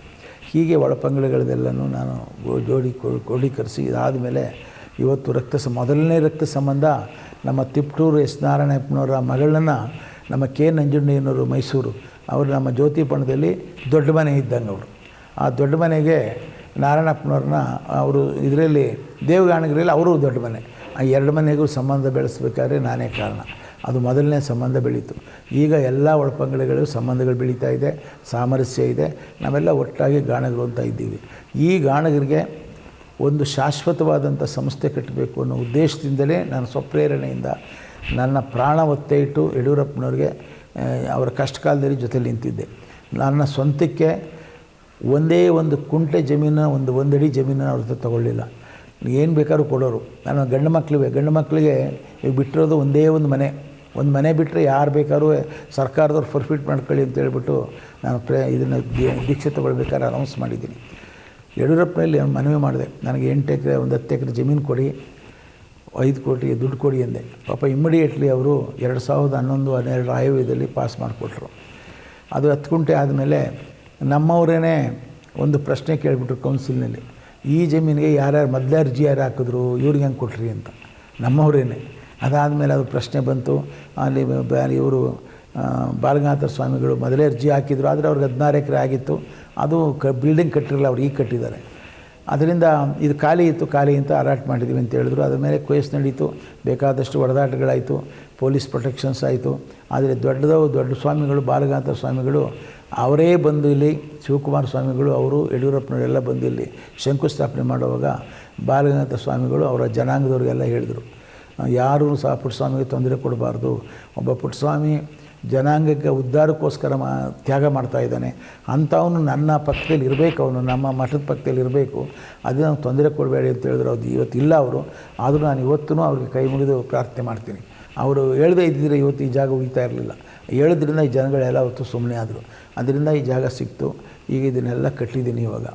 ಆದರೆ ದೇವರ ಕೃಪೆಯಿಂದ ನಾನು ಎಲ್ಲಿದ್ರೂ ಸಹ ಕನ್ಸ್ಟ್ರಕ್ಟಿವ್ ವರ್ಕ್ ಮಾಡ್ತಕ್ಕಂಥವನು. ನನ್ನ ಸ್ವಾರ್ಥಕ್ಕೋಸ್ಕರ ಆಗಲಿಲ್ಲ. ನಾನು ಅವತ್ತು ನನ್ನ ಸಂಸಾರ ಕಂಪ್ಲೀಟ್ ಮನೆ ಮಠ ಎಲ್ಲನೂ ಬಿಟ್ಟು ಬಂದೆ ಅವತ್ತೇ. ಇವತ್ತಿನವರೆಗೂ ಆ ಕಡೆ ತಿರುಗಿ ನೋಡಿಲ್ಲ, ಮುಂದೆನೂ ಹೋಗೋದಿಲ್ಲ. ನಾನು ಒಂದು ಮನೆ ಇತ್ತು, ಮನೆ ಮಾರಿಬಿಟ್ಟು ಅದರಲ್ಲಿ ಬಂದಂಥ ದುಡ್ಡನ್ನು ಮಕ್ಳಿಗೆ ಒಂದೊಂದು ಶೇರ್ ಕೊಟ್ಬಿಟ್ಟು ನಾನೊಂದು ಶೇರ್ ತೊಗೊಂಡು ಆ ಶೇರ್ ದುಡ್ಡಿನಲ್ಲಿ ಸುಮಾರು ಇದುವರೆಗೆ 1 ವರ್ಷದಲ್ಲಿ 1 ಕೋಟಿ ರೂಪಾಯಿ ಹಾಕಿದ್ದೀನಿ. ಈಗ ಮಠ ನಡೀತಾ ಇರಬೇಕಾಗಿದ್ದರೆ ನಮ್ಮ ಮಠದಿಂದ ಕಲೆಕ್ಟ್ ಮಾಡ್ತೀವಲ್ಲ 1 ರೂಪಾಯಿನ ನಾನು ತೊಗೊಳ್ಳೋದಿಲ್ಲ ಜನಗಳಿಂದ. ನನ್ನ ಒಂದೇ ಮನೆ ಇರೋದು, ಒಂದು ಮನೆಯಲ್ಲಿ ಒಂದು ಬಾಡಿಗೆ ನಾನು ತೊಗೊಳ್ತಾ ಇದ್ದೀನಿ. ಮಕ್ಕಳು ಕೊಡ್ತಾರೆ ಎಲ್ಲ, ನನ್ನ ಮಕ್ಕಳಿಂದ ಕಿತ್ಕೊಂಡು ನಾನು ತೊಗೊಳ್ತಾ ಇದ್ದೀನಿ. ಆ ಬಾಡಿಗೆ ನನ್ನ ಪೆನ್ಷನ್ ದುಡ್ಡಿನಲ್ಲಿ ಪ್ರತಿ ತಿಂಗಳು ಇವತ್ತು ನಾನು ಮಠನ ನಡೆಸ್ತಾ ಇದ್ದೀನಿ ಹೊರತು ನಮ್ಮ ಜನಾಂಗದಿಂದ ಮಠದಿಂದ ಬರ್ತಕ್ಕಂಥ 1 ರೂಪಾಯಿನ ತೊಗೊಳ್ಳೋದಿಲ್ಲ. ಪಾದ ಪೂಜೆಗೆ ಬಂದ ದುಡ್ಡನ್ನು ಇಲ್ಲಿ ಹಾಕ್ತೀವಿ. ಈ ಫಂಕ್ಷನ್ಗಳೇನಾದಾಗ ಅದು ಖರ್ಚು ಮಾಡ್ತೀನಿ ಹೊರತು ನನ್ನ ಯೋಗಕ್ಷೇಮಕ್ಕಾಗಲಿ, ನನ್ನ ಹೊಟ್ಟೆಪಾಡಿಗಾಗಲಿ ಅಥವಾ ಮಠದಲ್ಲಿ ಬರ್ತಕ್ಕಂಥ ಖರ್ಚಿಗಾಗಲಿ 1 ರೂಪಾಯಿನ ಖರ್ಚು ಮಾಡ್ತಾಯಿಲ್ಲ. ನಾನು ಸ್ವಂತ ಖರ್ಚಿಂದ ಮಾಡ್ತಾಯಿದ್ದೀನಿ. ನಾನು ಇಷ್ಟೆಲ್ಲ ಮಾಡಿ 1 ರೂಪಾಯಿನ ತಿಂದಲೇ ನನ್ನ ಕೈಯಿಂದ ದುಡ್ಡು ಖರ್ಚು ಮಾಡಿ ನನ್ನ ಸ್ವಂತದಿಂದ ಅಧಿಕಾರಕ್ಕೆ ಬಂದು ನನ್ನ ಸ್ವಂತಕ್ಕೋಸ್ಕರ ನಾನು ರಾಜಕೀಯವನ್ನು ಉಪಯೋಗ ಮಾಡಿದ್ದೀನಿ. ಜನಾಂಗಕ್ಕೋಸ್ಕರ ಇದನ್ನೆಲ್ಲ ನಾನು ಮಾಡ್ದೆ. ಯಡಿಯೂರಪ್ಪನವ್ರು ಹೇಳಿದ್ರು, ನಿನ್ನ ಸ್ವಂತ ಹೆಸರು ನಿನ್ನ ಇಂಡಿವಿಜುವಲ್ ಹೆಸರು ಕೊಡ್ತೀನಿ, ತಗೋ ಜಮೀನು ಅಂದರು. ನಾನು ಹೇಳಿದೆ, ಬೇಡಿ ಸರ್, ನಾನು ಸತ್ತ ಮೇಲೆ ನನ್ನ ಮಕ್ಕಳು ಕ್ಲೈಮ್ ಮಾಡ್ಬೋದು ಅದನ್ನು. ಆದರೆ ಜನಾಂಗಕ್ಕೆ ನಾನು ಪ್ರಾಪರ್ಟಿ ಸಂಸ್ಥೆ ಕಟ್ಟಬೇಕು, ಜನಾಂಗದ ಕೊಡಿ ಅಂತ ಹೇಳ್ಬಿಟ್ಟು ತುಂಬಿದ ಸಭೆಯಲ್ಲಿ ನಾನು ಕೇಳ್ಕೊಂಡೆ. ಆಗ ಯಡಿಯೂರಪ್ಪನವ್ರು ಆಯಿತು ನಿನ್ನ ಸಂಘದ ಹೆಸರಿಗೆ ಕೊಡ್ತೀನಿ ಅಂದರು. ಆಗ ವಿಶ್ವಗಾಣಿಗರ ಸಮುದಾಯ ಚಾರಿಟಬಲ್ ಟ್ರಸ್ಟ್ನ ಸ್ಥಾಪನೆ ಮಾಡಿ ತೊಗೊಂಡೆ. ನಾನು ಕೈಲಾದಷ್ಟು ಈಗ ಟ್ರಸ್ಟ್ ಮಾಡಿದ್ದೀನಿ. ಎಲ್ಲ ಒಳಪಂಗಡಗಳಲ್ಲೂ ಡೈರೆಕ್ಟರ್ ಇದ್ದಾರೆ, ಟ್ರಸ್ಟಿಗಳಿದ್ದಾರೆ. ಎಲ್ಲರೂ ಸೇರಿಸಿ ನಾನು ಟ್ರಸ್ಟ್ ಮಾಡಿದ್ದೀನಿ. ಕಾರಣ ಏನು ಅಂದರೆ ನಮ್ಮಲ್ಲಿ ಒಗ್ಗಟ್ಟನ್ನು ಸ್ಥಾಪನೆ ಮಾಡಬೇಕು, ಸೌಹಾರ್ದತೆಯನ್ನು ಕಾಪಾಡಬೇಕು ಮತ್ತು ಗಾಣಿಗರು ಅಂತಕ್ಕಂಥದ್ದು ಒಂದೇ, ಎಲ್ಲ ಇಲ್ಲ ಅಂತಕ್ಕಂಥ ಭಾವನೆಯಿಂದ ನಾನು ಸಂಘವನ್ನು ಸ್ಥಾಪನೆ ಮಾಡಿದೆ. ಅಖಿಲ ಕರ್ನಾಟಕ ಗಾಣಿಗರ ಸಂಘ ಸ್ಥಾಪನೆ ಮಾಡಿದ್ರು ನಾನೇ. ಅಲ್ಲಿಗೆ 30 ಲಕ್ಷ ರೂಪಾಯಿ ಕೊಟ್ಟು ಮುಳುಗೋಗಿತ್ತು ಸಂಘ. ರಾಜಕೀಯವಾಗಿ ಮುಳುಗೋಗಿದ್ದು ನಾನು ತಿರ್ಗಾ 2ನೇ ಸಾರಿ MLC ಆದಾಗ 30 ಲಕ್ಷ ರೂಪಾಯಿ ಕೊಟ್ಟು 50 ಲಕ್ಷ ರೂಪಾಯಿನ 2016ರಲ್ಲಿ ಶಾಂಕ್ಷನ್ ಮಾಡಿಸಿ ಈಗ ಬಿಲ್ಡಿಂಗ್ ಕಟ್ಟಿದ್ದೀವಿ. ಅಲ್ಲೂ ಮೊನ್ನೆ ಓಪನಿಂಗ್ ಆಯಿತು, ಅಲ್ಲೂ 30 ಲಕ್ಷ ರೂಪಾಯಿ ಕೊಟ್ಟೆ. ಅದನ್ನು ಒಂದು ಸಂಘ ನಾನೇ ಮಾಡಿದೆ. ಕಾರಣ ಏನು ಅಂದರೆ ನಮ್ಮಲ್ಲಿ ಒಗ್ಗಟ್ಟಾಗಬೇಕು ಅಂತಕ್ಕಂಥ ದೃಷ್ಟಿಯಿಂದ. ಈಗ ಸ್ವಲ್ಪ ಒಂದು 60% 70% ಬಂದಿದ್ದಾರೆ. ಮುಂದೆ ದಿವಸದಲ್ಲಿ ಒಳ್ಳೆಯದಾಗ್ಬೋದು. ಗಾಣಿಗರಲ್ಲಿ 99% ನನ್ನ ಪರವಾಗಿದ್ದಾರೆ. ನನ್ನ ಬಗ್ಗೆ ಒಳ್ಳೆಯ ಅಭಿಪ್ರಾಯ ಇದೆ. ಕೇವಲ 1% ಅಲ್ಲ, 0.25% ಯಾರೋ ಒಂದು 5-6 ಜನ ಅಷ್ಟೇ. ಅವ್ರಿಗೆ ಯಾರೋ ಕೆಲವರು ಈ ಮಾಟಕ್ಕೆ ಬರದೇ ಇದ್ದಂಥವ್ರು ಮತ್ತು ಇಲ್ಲೇನು ನೋಡದೇ ಇರ್ತಕ್ಕಂಥವ್ರು, ದುರಾದೃಷ್ಟವಶಾತ್ ಅವರು ಅಲ್ಲಿ ಇಲ್ಲಿ ಏನೋ ಯಾರ್ದೋ ಆಮಿಷಕ್ಕೆ ಒಳಗಾಗಿರ್ತಕ್ಕಂಥವ್ರು ಕೆಲವರು ಅದನ್ನು ಮಾಡಬಹುದೇ ಹೊರತು, ಇವತ್ತಿನ ಪರಿಸ್ಥಿತಿನಲ್ಲಿ ಎಲ್ಲ ಗಾಣಿಗರು ನನ್ನ ಪರವಾಗಿ ಭಾಳ ಒಳ್ಳೆಯ ಹೆಸರಿದೆ, ಒಳ್ಳೆಯ ಸಪೋರ್ಟ್ ನನಗೆ ಮಾಡ್ತಾಯಿದ್ದಾರೆ. ನಾನು ಅದನ್ನು ಖಂಡಿತ ಅವ್ರಿಗೆಲ್ರಿಗೂ ಧನ್ಯವಾದಗಳು ಹೇಳ್ತೀನಿ. ಇವತ್ತು ನಾನು ಇಲ್ಲಿ ಬಂದ ಮೇಲೆ ಮೊದಲೇನು ಏನೋ ವಯಸ್ಸಾಗಿದೆ ಏನು ಮಾಡ್ತಾರೆ ಅಂತ ಒಂದು ಅಭಿಮಾನ ಇತ್ತೋ ಏನೋ ಗೊತ್ತಿಲ್ಲ. ಆದರೆ ನಾನು ಬಂದ ಮೇಲೆ 2 ವರ್ಷದಲ್ಲಿ 3.25 ಕೋಟಿ ಯಡಿಯೂರಪ್ಪ ಇದ್ದಾಗಲೇ ಸ್ಯಾಂಕ್ಷನ್ ಮಾಡಿಸಿ, ನಾನು ಇಲ್ಲಿ ಮಠಕ್ಕೆ ಹೋಗ್ಬೇಕಾದ್ರೆ ನಂಗೆ ದುಡ್ಡು 3.25 ಕೋಟಿ ಸ್ಯಾಂಕ್ಷನ್ ಮಾಡಿಕೊಡಿ ಅಂತೇಳಿ ಯಡಿಯೂರಪ್ಪನವ್ರಿಗೆ ಹೇಳಿ ಸ್ಯಾಂಕ್ಷನ್ ಮಾಡಿಸಿ 2022ರಲ್ಲಿ ಸುತ್ತ ಕಾಂಪೌಂಡ್ ಹಾಕ್ಸಿದ್ದೀನಿ. 8 ಎಕರೆ ಕಾಂಪೌಂಡ್ ಹಾಕ್ಸೋದು ಸುಲಭ ಅಲ್ಲ. ಮತ್ತು ಇನ್ನೂ ಒಂದು ಇಲ್ಲಿ ಸ್ಕೂಲ್ ಕಟ್ಟಿದ್ದೀನಿ ಇವಾಗ. ಆಮೇಲೆ ಇನ್ನೂ 6 ರೂಮನ್ನು ಸರ್ಕಾರದ ದುಡ್ಡಿನಲ್ಲಿ ಇನ್ನೂ 6 ರೂಮನ್ನು ದೇಣಿಗೆಯಿಂದ ಕೆಲವರು ಕೊಟ್ಟರು. ನಾನು 30 ಲಕ್ಷ ಹಾಕಿದೆ ನಮ್ಮ ಜಮೀನು ಮಾರಿದ್ರಲ್ಲಿ. ಅವೆಲ್ಲ ಮಾಡಿ ಜಮೀನು ಕಟ್ಟಿದ್ದೀನಿ 2 ವರ್ಷದಲ್ಲಿ. ಈ ಕ್ಷೇತ್ರ ಈಗ ನಮ್ಮ ಜನಾಂಗದವರೆಲ್ಲ ಬಂದು ನೋಡಿದ ಮೇಲೆ ನಾವೆಲ್ಲ ತಪ್ಪು ಅಭಿಪ್ರಾಯದಲ್ಲಿದ್ದೋ, ಕೆಲವ್ರು ಯಾರ್ಯಾರು ಏನೋ ತಿಳ್ಕೊಂಡಿದ್ರು ಹೇಳಿಕೆ ಮಾತನ್ನು ತಪ್ಪು ಅಭಿಪ್ರಾಯದಲ್ಲಿದ್ದೋ, ಇಷ್ಟೊಂದು ಪಾಪ 2 ವರ್ಷದಲ್ಲಿ ಮಾಡಿದಾರೆಲ್ಲ ಮನುಷ್ಯ ಅಂದ್ಬಿಟ್ಟು ಈಗ ಸಂತೋಷ ಪಡ್ತಾ ಇದ್ದಾರೆ. ಮತ್ತು ನಾನು ಸಹ ಅವ್ರಿಗೆಲ್ಲ ಚಿರಋಣಿಯಾಗಿದ್ದೇನೆ. ಈಗ ಅದರ ಪ್ರಯುಕ್ತನೇ 2ನೇ ಪೀಠಾರೋಹಣ ಪಟ್ಟಾಭಿಷೇಕವನ್ನು ಮಾಡೋದಕ್ಕೆ ನನಗೆ ಇಷ್ಟ ಇರಲಿಲ್ಲ. ಯಾಕೆ ನಾವೆಲ್ಲ ಬಿಲ್ಡಿಂಗ್ ಮಾಡ್ತಾಯಿದ್ದೆ, ದುಡ್ಡಿಲ್ಲ ಅಂದ್ಬಿಟ್ಟು ಸುಮ್ಮನೆ ಇದ್ದೆ. ಆದರೆ ನಮ್ಮ ಟ್ರಸ್ಟಿಗಳೆಲ್ಲ ಸೇರಿ ಇಲ್ಲ ನಾವು ವಿಜೃಂಭಣೆಯಿಂದ ಮಾಡಬೇಕು, ಇದನ್ನು ಪ್ರತಿ ವರ್ಷ ಇನ್ಮೇಲೆ ಪೀಠಾರೋಹಣ ಏನಿದೆ 15/5/2022 ಆ ದಿನವನ್ನು ಗಾಣಿಗರ ಹಬ್ಬವನ್ನಾಗಿ ಆಚರಣೆ ಮಾಡಬೇಕು ಅಂತೇಳಿ ಎಲ್ಲ ಮುಖಂಡರು ಸೇರಿ ತೀರ್ಮಾನ ಮಾಡಿ 15ನೇ ತಾರೀಕು ಮೇನಲ್ಲಿ ಆಗಬೇಕಾಗಿದ್ದನ್ನು ಈಗ ಜನವರಿ 11ನೇ ತಾರೀಕು ಮಾಡ್ತಾಯಿದ್ವಿ. ಇನ್ಮೇಲೆ ಪ್ರತಿ ವರ್ಷ 2015ನೇ ತಾರೀಕು ಮೇ ತಿಂಗಳು ಪ್ರತಿ ವರ್ಷ ಮಾಡ್ತೀವಿ.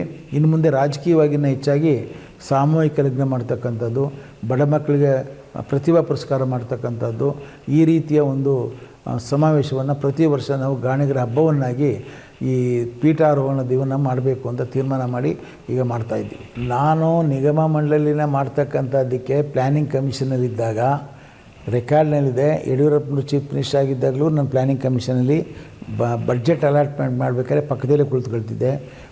ಇವರು ಬೊಮ್ಮಾಯಿ ಇದ್ದಾಗಲೂ ನಾನು ಅಲ್ಲೇ ಕೂತ್ಕೊಳ್ತಿದ್ದೆ 3 ವರ್ಷವೂ ನಾನು ಇದು ಮೊದಲು ಇರಲಿಲ್ಲ. ಇದು ದೇವರಾಜ ಅರಸ್ನವರು ಹಿಂದುಳಿದ ವರ್ಗಗಳ ದೇವರಾಜ ಅರಸು ಅಭಿವೃದ್ಧಿ ನಿಗಮ ಅಂತ ಮಾಡಿದ್ದಾರೆ. ಅಲ್ಲಿ ಹಿಂದುಳಿದ ವರ್ಗದ ಯುವಕರಿಗೆ ರಿಹ್ಯಾಬಿಲಿಟೇಷನ್ ಮಾಡ್ತಕ್ಕಂಥದ್ದಕ್ಕೆ ಅವಕಾಶ ಮಾಡಿ ಆ ಸಂಘವನ್ನು ಮಾಡಿರ್ತಕ್ಕಂಥದ್ದು, ಸಂಸ್ಥೆ ಕಟ್ಟಿರ್ತಕ್ಕಂಥದ್ದು. ಅಲ್ಲಿ ಎಲ್ಲ ಹಿಂದುಳಿದ ವರ್ಗದವ್ರಿಗೆ ಯುವಕರಿಗೆ ಕೊಡ್ತಕ್ಕಂಥದ್ದಕ್ಕೆ ಪ್ರಾವಿಷನ್ ಇದೆ. ಪಟ್ಟಾಭಿಷೇಕ ಮಾಡ್ಕೊಳ್ಳೋ ದಿವಸ ಬತ್ತೀನಿ ಅಂತ ಹೇಳಿದರು. ಯಡಿಯೂರಪ್ಪನವ್ರು ಬಂದು 3:15 ಗಂಟೆಗೆ ಕೂತಿದ್ರು. ಅವತ್ತಿನ ದಿವಸ ನಮ್ಮವರೇ ಕಿತಾಪತಿ ಮಾಡಿ ಚೀಫ್ ಮಿನಿಸ್ಟರ್ ಬರ್ದಂಗೆ ಮಾಡಿ ಅದಕ್ಕೆ ಯಾವುದೋ ಇಲ್ಲದ ಸಲ್ಲದು ಮಾಡಿ ಕೋರ್ಟ್ನಲ್ಲಿ ಸ್ಟೇ ಅಂತ ಹೇಳ್ಬಿಟ್ಟು ಸ್ಟೇ ತಂದರು. ಅದನ್ನು ಚೀಫ್ ಮಿನಿಸ್ಟರ್ ಬರಲಿಲ್ಲ. ಅವತ್ತು ಚೀಫ್ ಮಿನಿಸ್ಟರ್ ಬಂದಿದ್ದರೆ ಏನೇ ಇದ್ದರೂ ಸಹ ಯಡಿಯೂರಪ್ಪ ಸಾಹೇಬ್ರಿಗೆ ಹೇಳಿ ನಾನು ದೀಕ್ಷೆ ತೊಗೊಂಡಿದ್ದೀನಿ, ನನ್ನ ನೆನಪಿಗಾಗಿ ಇವತ್ತು ಅಭಿವೃದ್ಧಿ ನಿಗಮ ಆಗಬೇಕು ಅಂತ ಹೇಳ್ಬಿಟ್ಟು ಇಲ್ಲೇ ಅನೌನ್ಸ್ ಮಾಡೋದಲ್ಲ, ಅನೌನ್ಸ್ ಮಾಡಿಬಿಟ್ರೆ ಆಗಲಿಲ್ಲ, ಗೌರ್ಮೆಂಟ್ ಆರ್ಡ್ರ್ ಆಗಬೇಕು, ಆಮೇಲೆ MOU ಸೈನ್ ಆಗಬೇಕು, ಮೆಮೊರಾಂಡಮ್ ಆಫ್ ಆರ್ಟಿಕಲ್, ಇವೆಲ್ಲನೂ ಒಂದು ವಾರದಲ್ಲಿ ಮಾಡಿಸ್ತಕ್ಕಂಥ ಶಕ್ತಿ ನನಗಿತ್ತು. ಆದರೆ ನಮ್ಮವರೇ ಚೀಫ್ ಮಿನಿಸ್ಟರ್ ಬರೆದಾಗ ಅಡ್ಡ ಹಾಕಿ ಕೋರ್ಟ್ಗೆ ಹೋಗಿ ಸ್ಟೇ ತಂದು ನಾನು ಪಟ್ಟಾಭಿಷೇಕನೇ ಮಾಡ್ಕೋಬಾರ್ದು ಅಂತಕ್ಕಂಥ ವಿಧದಲ್ಲಿ ಯಾರೋ 4 ಜನ ಅವರೆಲ್ಲ ಇವರು ದುಡ್ಡು ಕೊಟ್ಟು ಕೆಲವರೆಲ್ಲ ಮಾಡಿಸಿ ನಮ್ಮ ಜನಾಂಗಕ್ಕೆ ಆಗ್ತಕ್ಕಂಥ ಸೌಲಭ್ಯಗಳನ್ನು ಅವತ್ತು ಹಾಳು ಮಾಡಿದ್ರು. 2A ಎಷ್ಟು ಕಷ್ಟ ಅಂತಕ್ಕಂಥದ್ದು ನಮ್ಮ ಜನಾಂಗ ಇವತ್ತು ಅರ್ಥ ಮಾಡ್ಕೊಳ್ಬೇಕು. ಆದರೆ ನಮ್ಮ ಗಾಣಿಗರಿಗೆ ಜಸ್ಟಿಸ್ ವೆಂಕಟಸ್ವಾಮಿ ಆ್ಯಂಡ್ ಚೆನ್ನಿಪ್ಪಳ್ಳಿ ಕಮಿಷನ್ಸ್ನಲ್ಲಿ ಗಾಣಿಗರು ಅತ್ಯಂತ ಮುಂದುವರಿದ ಜನಾಂಗ ಅಂತ ಹೇಳ್ಬಿಟ್ಟು ರಿಪೋರ್ಟ್ ಕೊಟ್ಟಿದ್ದಾರೆ. ಆ ರಿಪೋರ್ಟ್ನಲ್ಲಿರ್ತಕ್ಕಂಥ ಅಂಕಿಅಂಶಗಳನ್ನೆಲ್ಲ ನಾನು ಕಲೆಕ್ಟ್ ಮಾಡಿ ನಾನು ಅಧ್ಯಕ್ಷನಾಗಿದ್ದಾಗ ನಮ್ಮ ಗಾಣಿಗರ ಜನಾಂಗದ್ದೇ ಒಂದು ಅಂಕಿಅಂಶವನ್ನು ತಯಾರು ಮಾಡಿದ್ದೀನಿ. ನಾನು ಆ ಅಂಕಿಅಂಶಗಳನ್ನು ಸರ್ಕಾರದ ಆದೇಶದಲ್ಲಿ ಲೆಕ್ಕದಲ್ಲಿ ನಾವಿರ್ತಕ್ಕಂಥದ್ದು 0.52% ಅಂತ ಹೇಳ್ಬಿಟ್ಟು, ಆದರೆ ನಾವು ಸರ್ವೆ ಮಾಡಿರೋ ಪ್ರಕಾರ 1.12 ಅಂತ ಇದೆ ಗಾಣಿಗರು. ಅಂದರೆ ಯಾಕೆ ಇದಕ್ಕೆ ಡಿಫ್ರೆನ್ಸ್ ಬಂದಿದೆ ಅಂದರೆ ಕೆಲವು ಗಾಣಿಗರು ಅಂತ ಬರೆಸ್ತಾನೆ ಇರಲಿಲ್ಲ. ಆಗ ಇವರು ಜ್ಯೋತಿನಗರ ವೈಶ್ಯ ಅಂತ ಬರ್ತಿದ್ರು, ಮಂಗಳೂರು ಗಾಣಿಗರು ಸೋಮವಂಶ ಕ್ಷತ್ರಿಯ ಅಂತ ಬರೆಸ್ತಿದ್ರು, ದೇವಗಾಣಿಗರು ಅವರೊಂದು ಹೆಸರಿನಲ್ಲಿ ಬರೆಸ್ತಿದ್ರು, ಚೆಟ್ಟಿಯಾರ್ಸ್ ಅಂತ ಬರೆಸ್ಕೊಳ್ಳಿ, ಗಾಣಿಗ ಅಂತ ಹೆಸರೇ ಬರ್ತಿರಲಿಲ್ಲ. ಇದರಿಂದ ನಮ್ಮ ಗಾಣಿಗರ ಜನಾಂಗದ ಸಂಪೂರ್ಣವಾದಂಥ ಅಂಕಿಅಂಶಗಳು ಸರ್ಕಾರದ ಮುಂದೆ ಇರಲಿಲ್ಲ. ನಾನು ಸರ್ವೆ ಮಾಡಿದಾಗ, ಅಧ್ಯಕ್ಷನಾಗಿ ಸರ್ವೆ ಮಾಡಿಸಿದಾಗ 1.12 ಜನಾಂಗ ಸಂಖ್ಯೆ ಇದ್ದೀವಿ ಅಂತ ಬಂತು. ಅಂದರೆ 100% ಕಡಿಮೆ ಜನಸಂಖ್ಯೆನ ತೋರಿಸಿದ್ದಾರೆ ಇಲ್ಲಿ ಸರ್ಕಾರ ಲೆವೆಲಲ್ಲಿ. ಇದು ಇನ್ನೂ ಆಮೇಲೆ 0.52 ಅಮನೂರು ಕಮಿಷನ್ಸು, ವೆಂಕಟಸ್ವಾಮಿ ಕಮಿಷನ್ಸು 0.42 ಅಂತ ತೋರಿಸಿದ್ದಾರೆ. ಅದು ಇನ್ನೂ ರೆಡ್ಯೂಸ್ ಮಾಡಿದ್ರು. ಚಿನ್ನಪ್ಪ ಕಮಿಷನ್ಸು 0.40 ಅಂತ ತೋರಿಸಿದ್ದಾರೆ. ಅಂದರೆ ಇನ್ನೂ ರೆಡ್ಯೂಸ್ ಮಾಡ್ಕೊಂಡು ಬಂದರು ನಮ್ಮ ಜನಸಂಖ್ಯೆನ.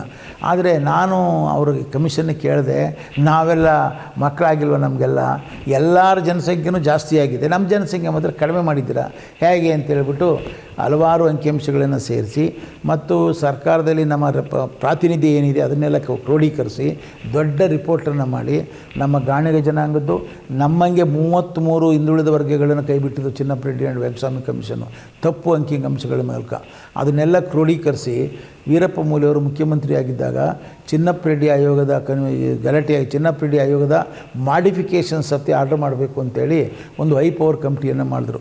ಅಲ್ಲಿ JC ಲಿನ್ ಅವರು ಸೆಕ್ರೆಟರಿ ಆಗಿದ್ದರು, ಚೀಫ್ ಮಿನಿಸ್ಟ್ರು ಮೌಲಿ ಅವರಿದ್ದರು. ಆ ಕಮಿಟಿಗೆ ನಾನು ಒಂದು ಇದನ್ನು ಮೆಮೊರಾಂಡಮನ್ನು ಸಬ್ಮಿಟ್ ಮಾಡಿದೆ. ನಮ್ಮ ಗಾಣಿಗರ ಸ್ಥಿತಿಗತಿ ಏನಿದೆ, ಅಂಕಿಅಂಶಗಳೇನಿದೆ, ನಮ್ಮನ್ನು 2A ಸೇರಿಸ್ಬೇಕು ಹಿಂದುಳಿದ ವರ್ಗಕ್ಕೆ ಅಂತ ಕೊಟ್ಟಿದ್ದೆ. ಮತ್ತು ಇನ್ನೂ 33 ಜೊತೆನೇ ಸೇರಿಸಿ ಕಳಿಸಿದ್ದೆ. ಅದನ್ನು ಲಾ ಡಿಪಾರ್ಟ್ಮೆಂಟಿಗೆ ಕಳಿಸಿದರು. ಲಾ ಡಿಪಾರ್ಟ್ಮೆಂಟ್ನಲ್ಲಿ ಅದ್ರ ಬಗ್ಗೆ ಒಳ್ಳೆ ಒಪಿನಿಯನ್ ಕೊಟ್ಟಿದ್ದರು. ಪುಟ್ಟಸ್ವಾಮಿಯವರು ಕಳಿಸಿರ್ತಕ್ಕಂಥದ್ದು ಅಂಕಿಅಂಶಗಳಿದೆ, ಕೋರ್ಟ್ಗೆ ಹೋದ್ರೂ ಯಾರೇ ಆಗಲಿ ಕೋರ್ಟ್ಗೆ ಹೋದ್ರೂ ನಿಲ್ಲುತ್ತೆ, ಇದನ್ನು ಮಾಡ್ಬೋದು ಅಂತ. ಆಗ ವೀರಪ್ಪ ಮೊಯ್ಲಿ ಅವರು ಈಗಲೂ ಬದುಕಿದ್ದಾರೆ, ನಮ್ಮ ಸಮಾವೇಶಕ್ಕೆ ಬರ್ತಾರೆ, ಬನ್ನಿ. ಆ ಅವರು ನನ್ನನ್ನು ಆ ಸಮಿತಿಗೆ ಆಸ್ ಎ ಇನ್ವೈಟಿಯಾಗಿ ಕರೆದ್ರು. ಇನ್ವೈಟಿಗೆ ಕರೆದು ಈ ಸುಪ್ರೀಂ ಕೋರ್ಟ್ ಜಡ್ಜ್ಮೆಂಟ್ ಬಗ್ಗೆ ಮತ್ತು ಈ ನಾನು ಕಳಿಸಿರೋ ಮೆಮೊರಾಂಡಮ್ ಬಗ್ಗೆ ಎಕ್ಸ್ಪ್ಲೇನ್ ಮಾಡಿ ಅಂದರು. ಆಗ ನಾನೆಲ್ಲ ಎಕ್ಸ್ಪ್ಲೇನ್ ಮಾಡಿದೆ.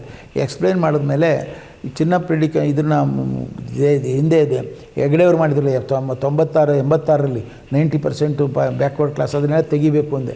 ಆಗ ಜಯರಾಮ್ ಅಂತಿದ್ದವರು ಒಕ್ಲೂರು ಲಿಂಗಾಯತರನ್ನು ತೆಗೆದರೆ ರಕ್ತದ ಕೋಡಿ ಹರಿತದೆ ಅಂದರು. ಆಗ ನಾನು ಯಾಕಪ್ಪ ರಕ್ತದ ಕೋಡಿ ಹರಿತದೆ, ನಮಗಿಂತಿಂತ ಅನ್ಯಾಯ ಆಗಿದೆ ಅಂತ ಹೇಳ್ಬಿಟ್ಟು ಎಲ್ಲ ಸ್ಟ್ಯಾಟಿಸ್ಟಿಕ್ಸ್ ಇಟ್ಟೆ. ಆಗ ಅದೇ ಜಯರಾಮು ಪುಟ್ಟಸ್ವಾಮಿ ಅವ್ರು ಹೇಳೋದು ಕರೆಕ್ಟಾಗಿದೆ ಸರ್, ಅವ್ರು ಹೇಳ್ದಂಗೆ ಮಾಡ್ಬೋದು ಅಂದರು. ಆಗ ಲಿನ್ನವ್ರು ಹೇಳಿದ್ಮೇಲೆ ಕ್ಯಾಟಗರಿ 1, 2A ಈ ಥರ ಮಾಡಿದ್ರು. ಕ್ಯಾಟಗರಿ 1ನಲ್ಲಿ 91 ಜಾತಿಗಳಿದ್ರೂ 4% ಜನಸಂಖ್ಯೆ ಅಷ್ಟೇ ಇರೋದು.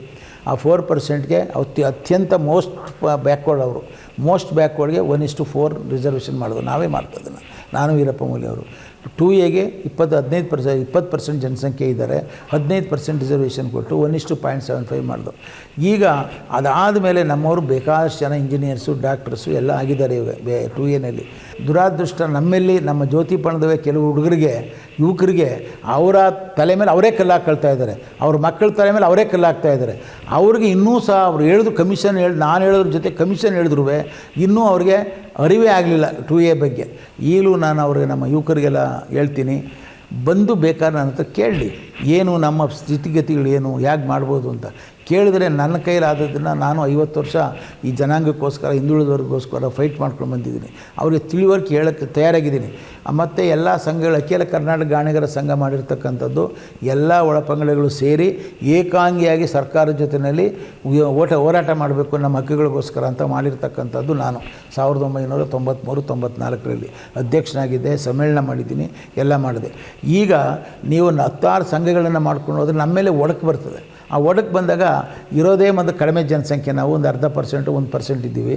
ಅದರಲ್ಲೂ ಒಡಕ್ಕೆ ಬಂದರೆ ನಮಗೆ ಸಿಗಬೇಕಾದಂಥ ಯಾವುದೇ ಸವಲತ್ತುಗಳು ಸಿಗೋದಿಲ್ಲ.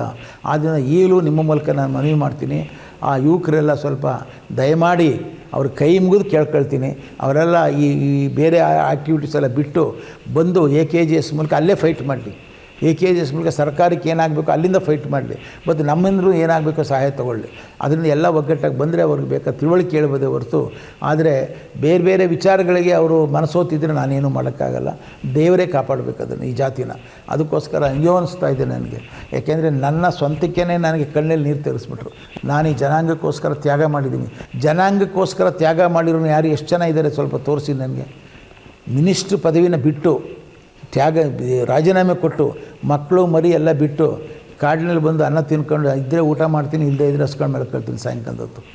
ಇಲ್ಲಿ ಇಷ್ಟೊಂದು ಪ್ರಾಪರ್ಟಿ ಮಾಡಬೇಕಾದ್ರೆ ಸುಲಭನ? 8 ಎಕರೆ ಜಮೀನಲ್ಲಿ 8 ಕುಂಟೆ ಜಮೀನು ತೊಗೊಳ್ಳಿ ಯಾರಾದರೂ ಹೋಗಲಿ ಸಂಘದವ್ರು ಇಲ್ಲಿ ಸುತ್ತಮುತ್ತ.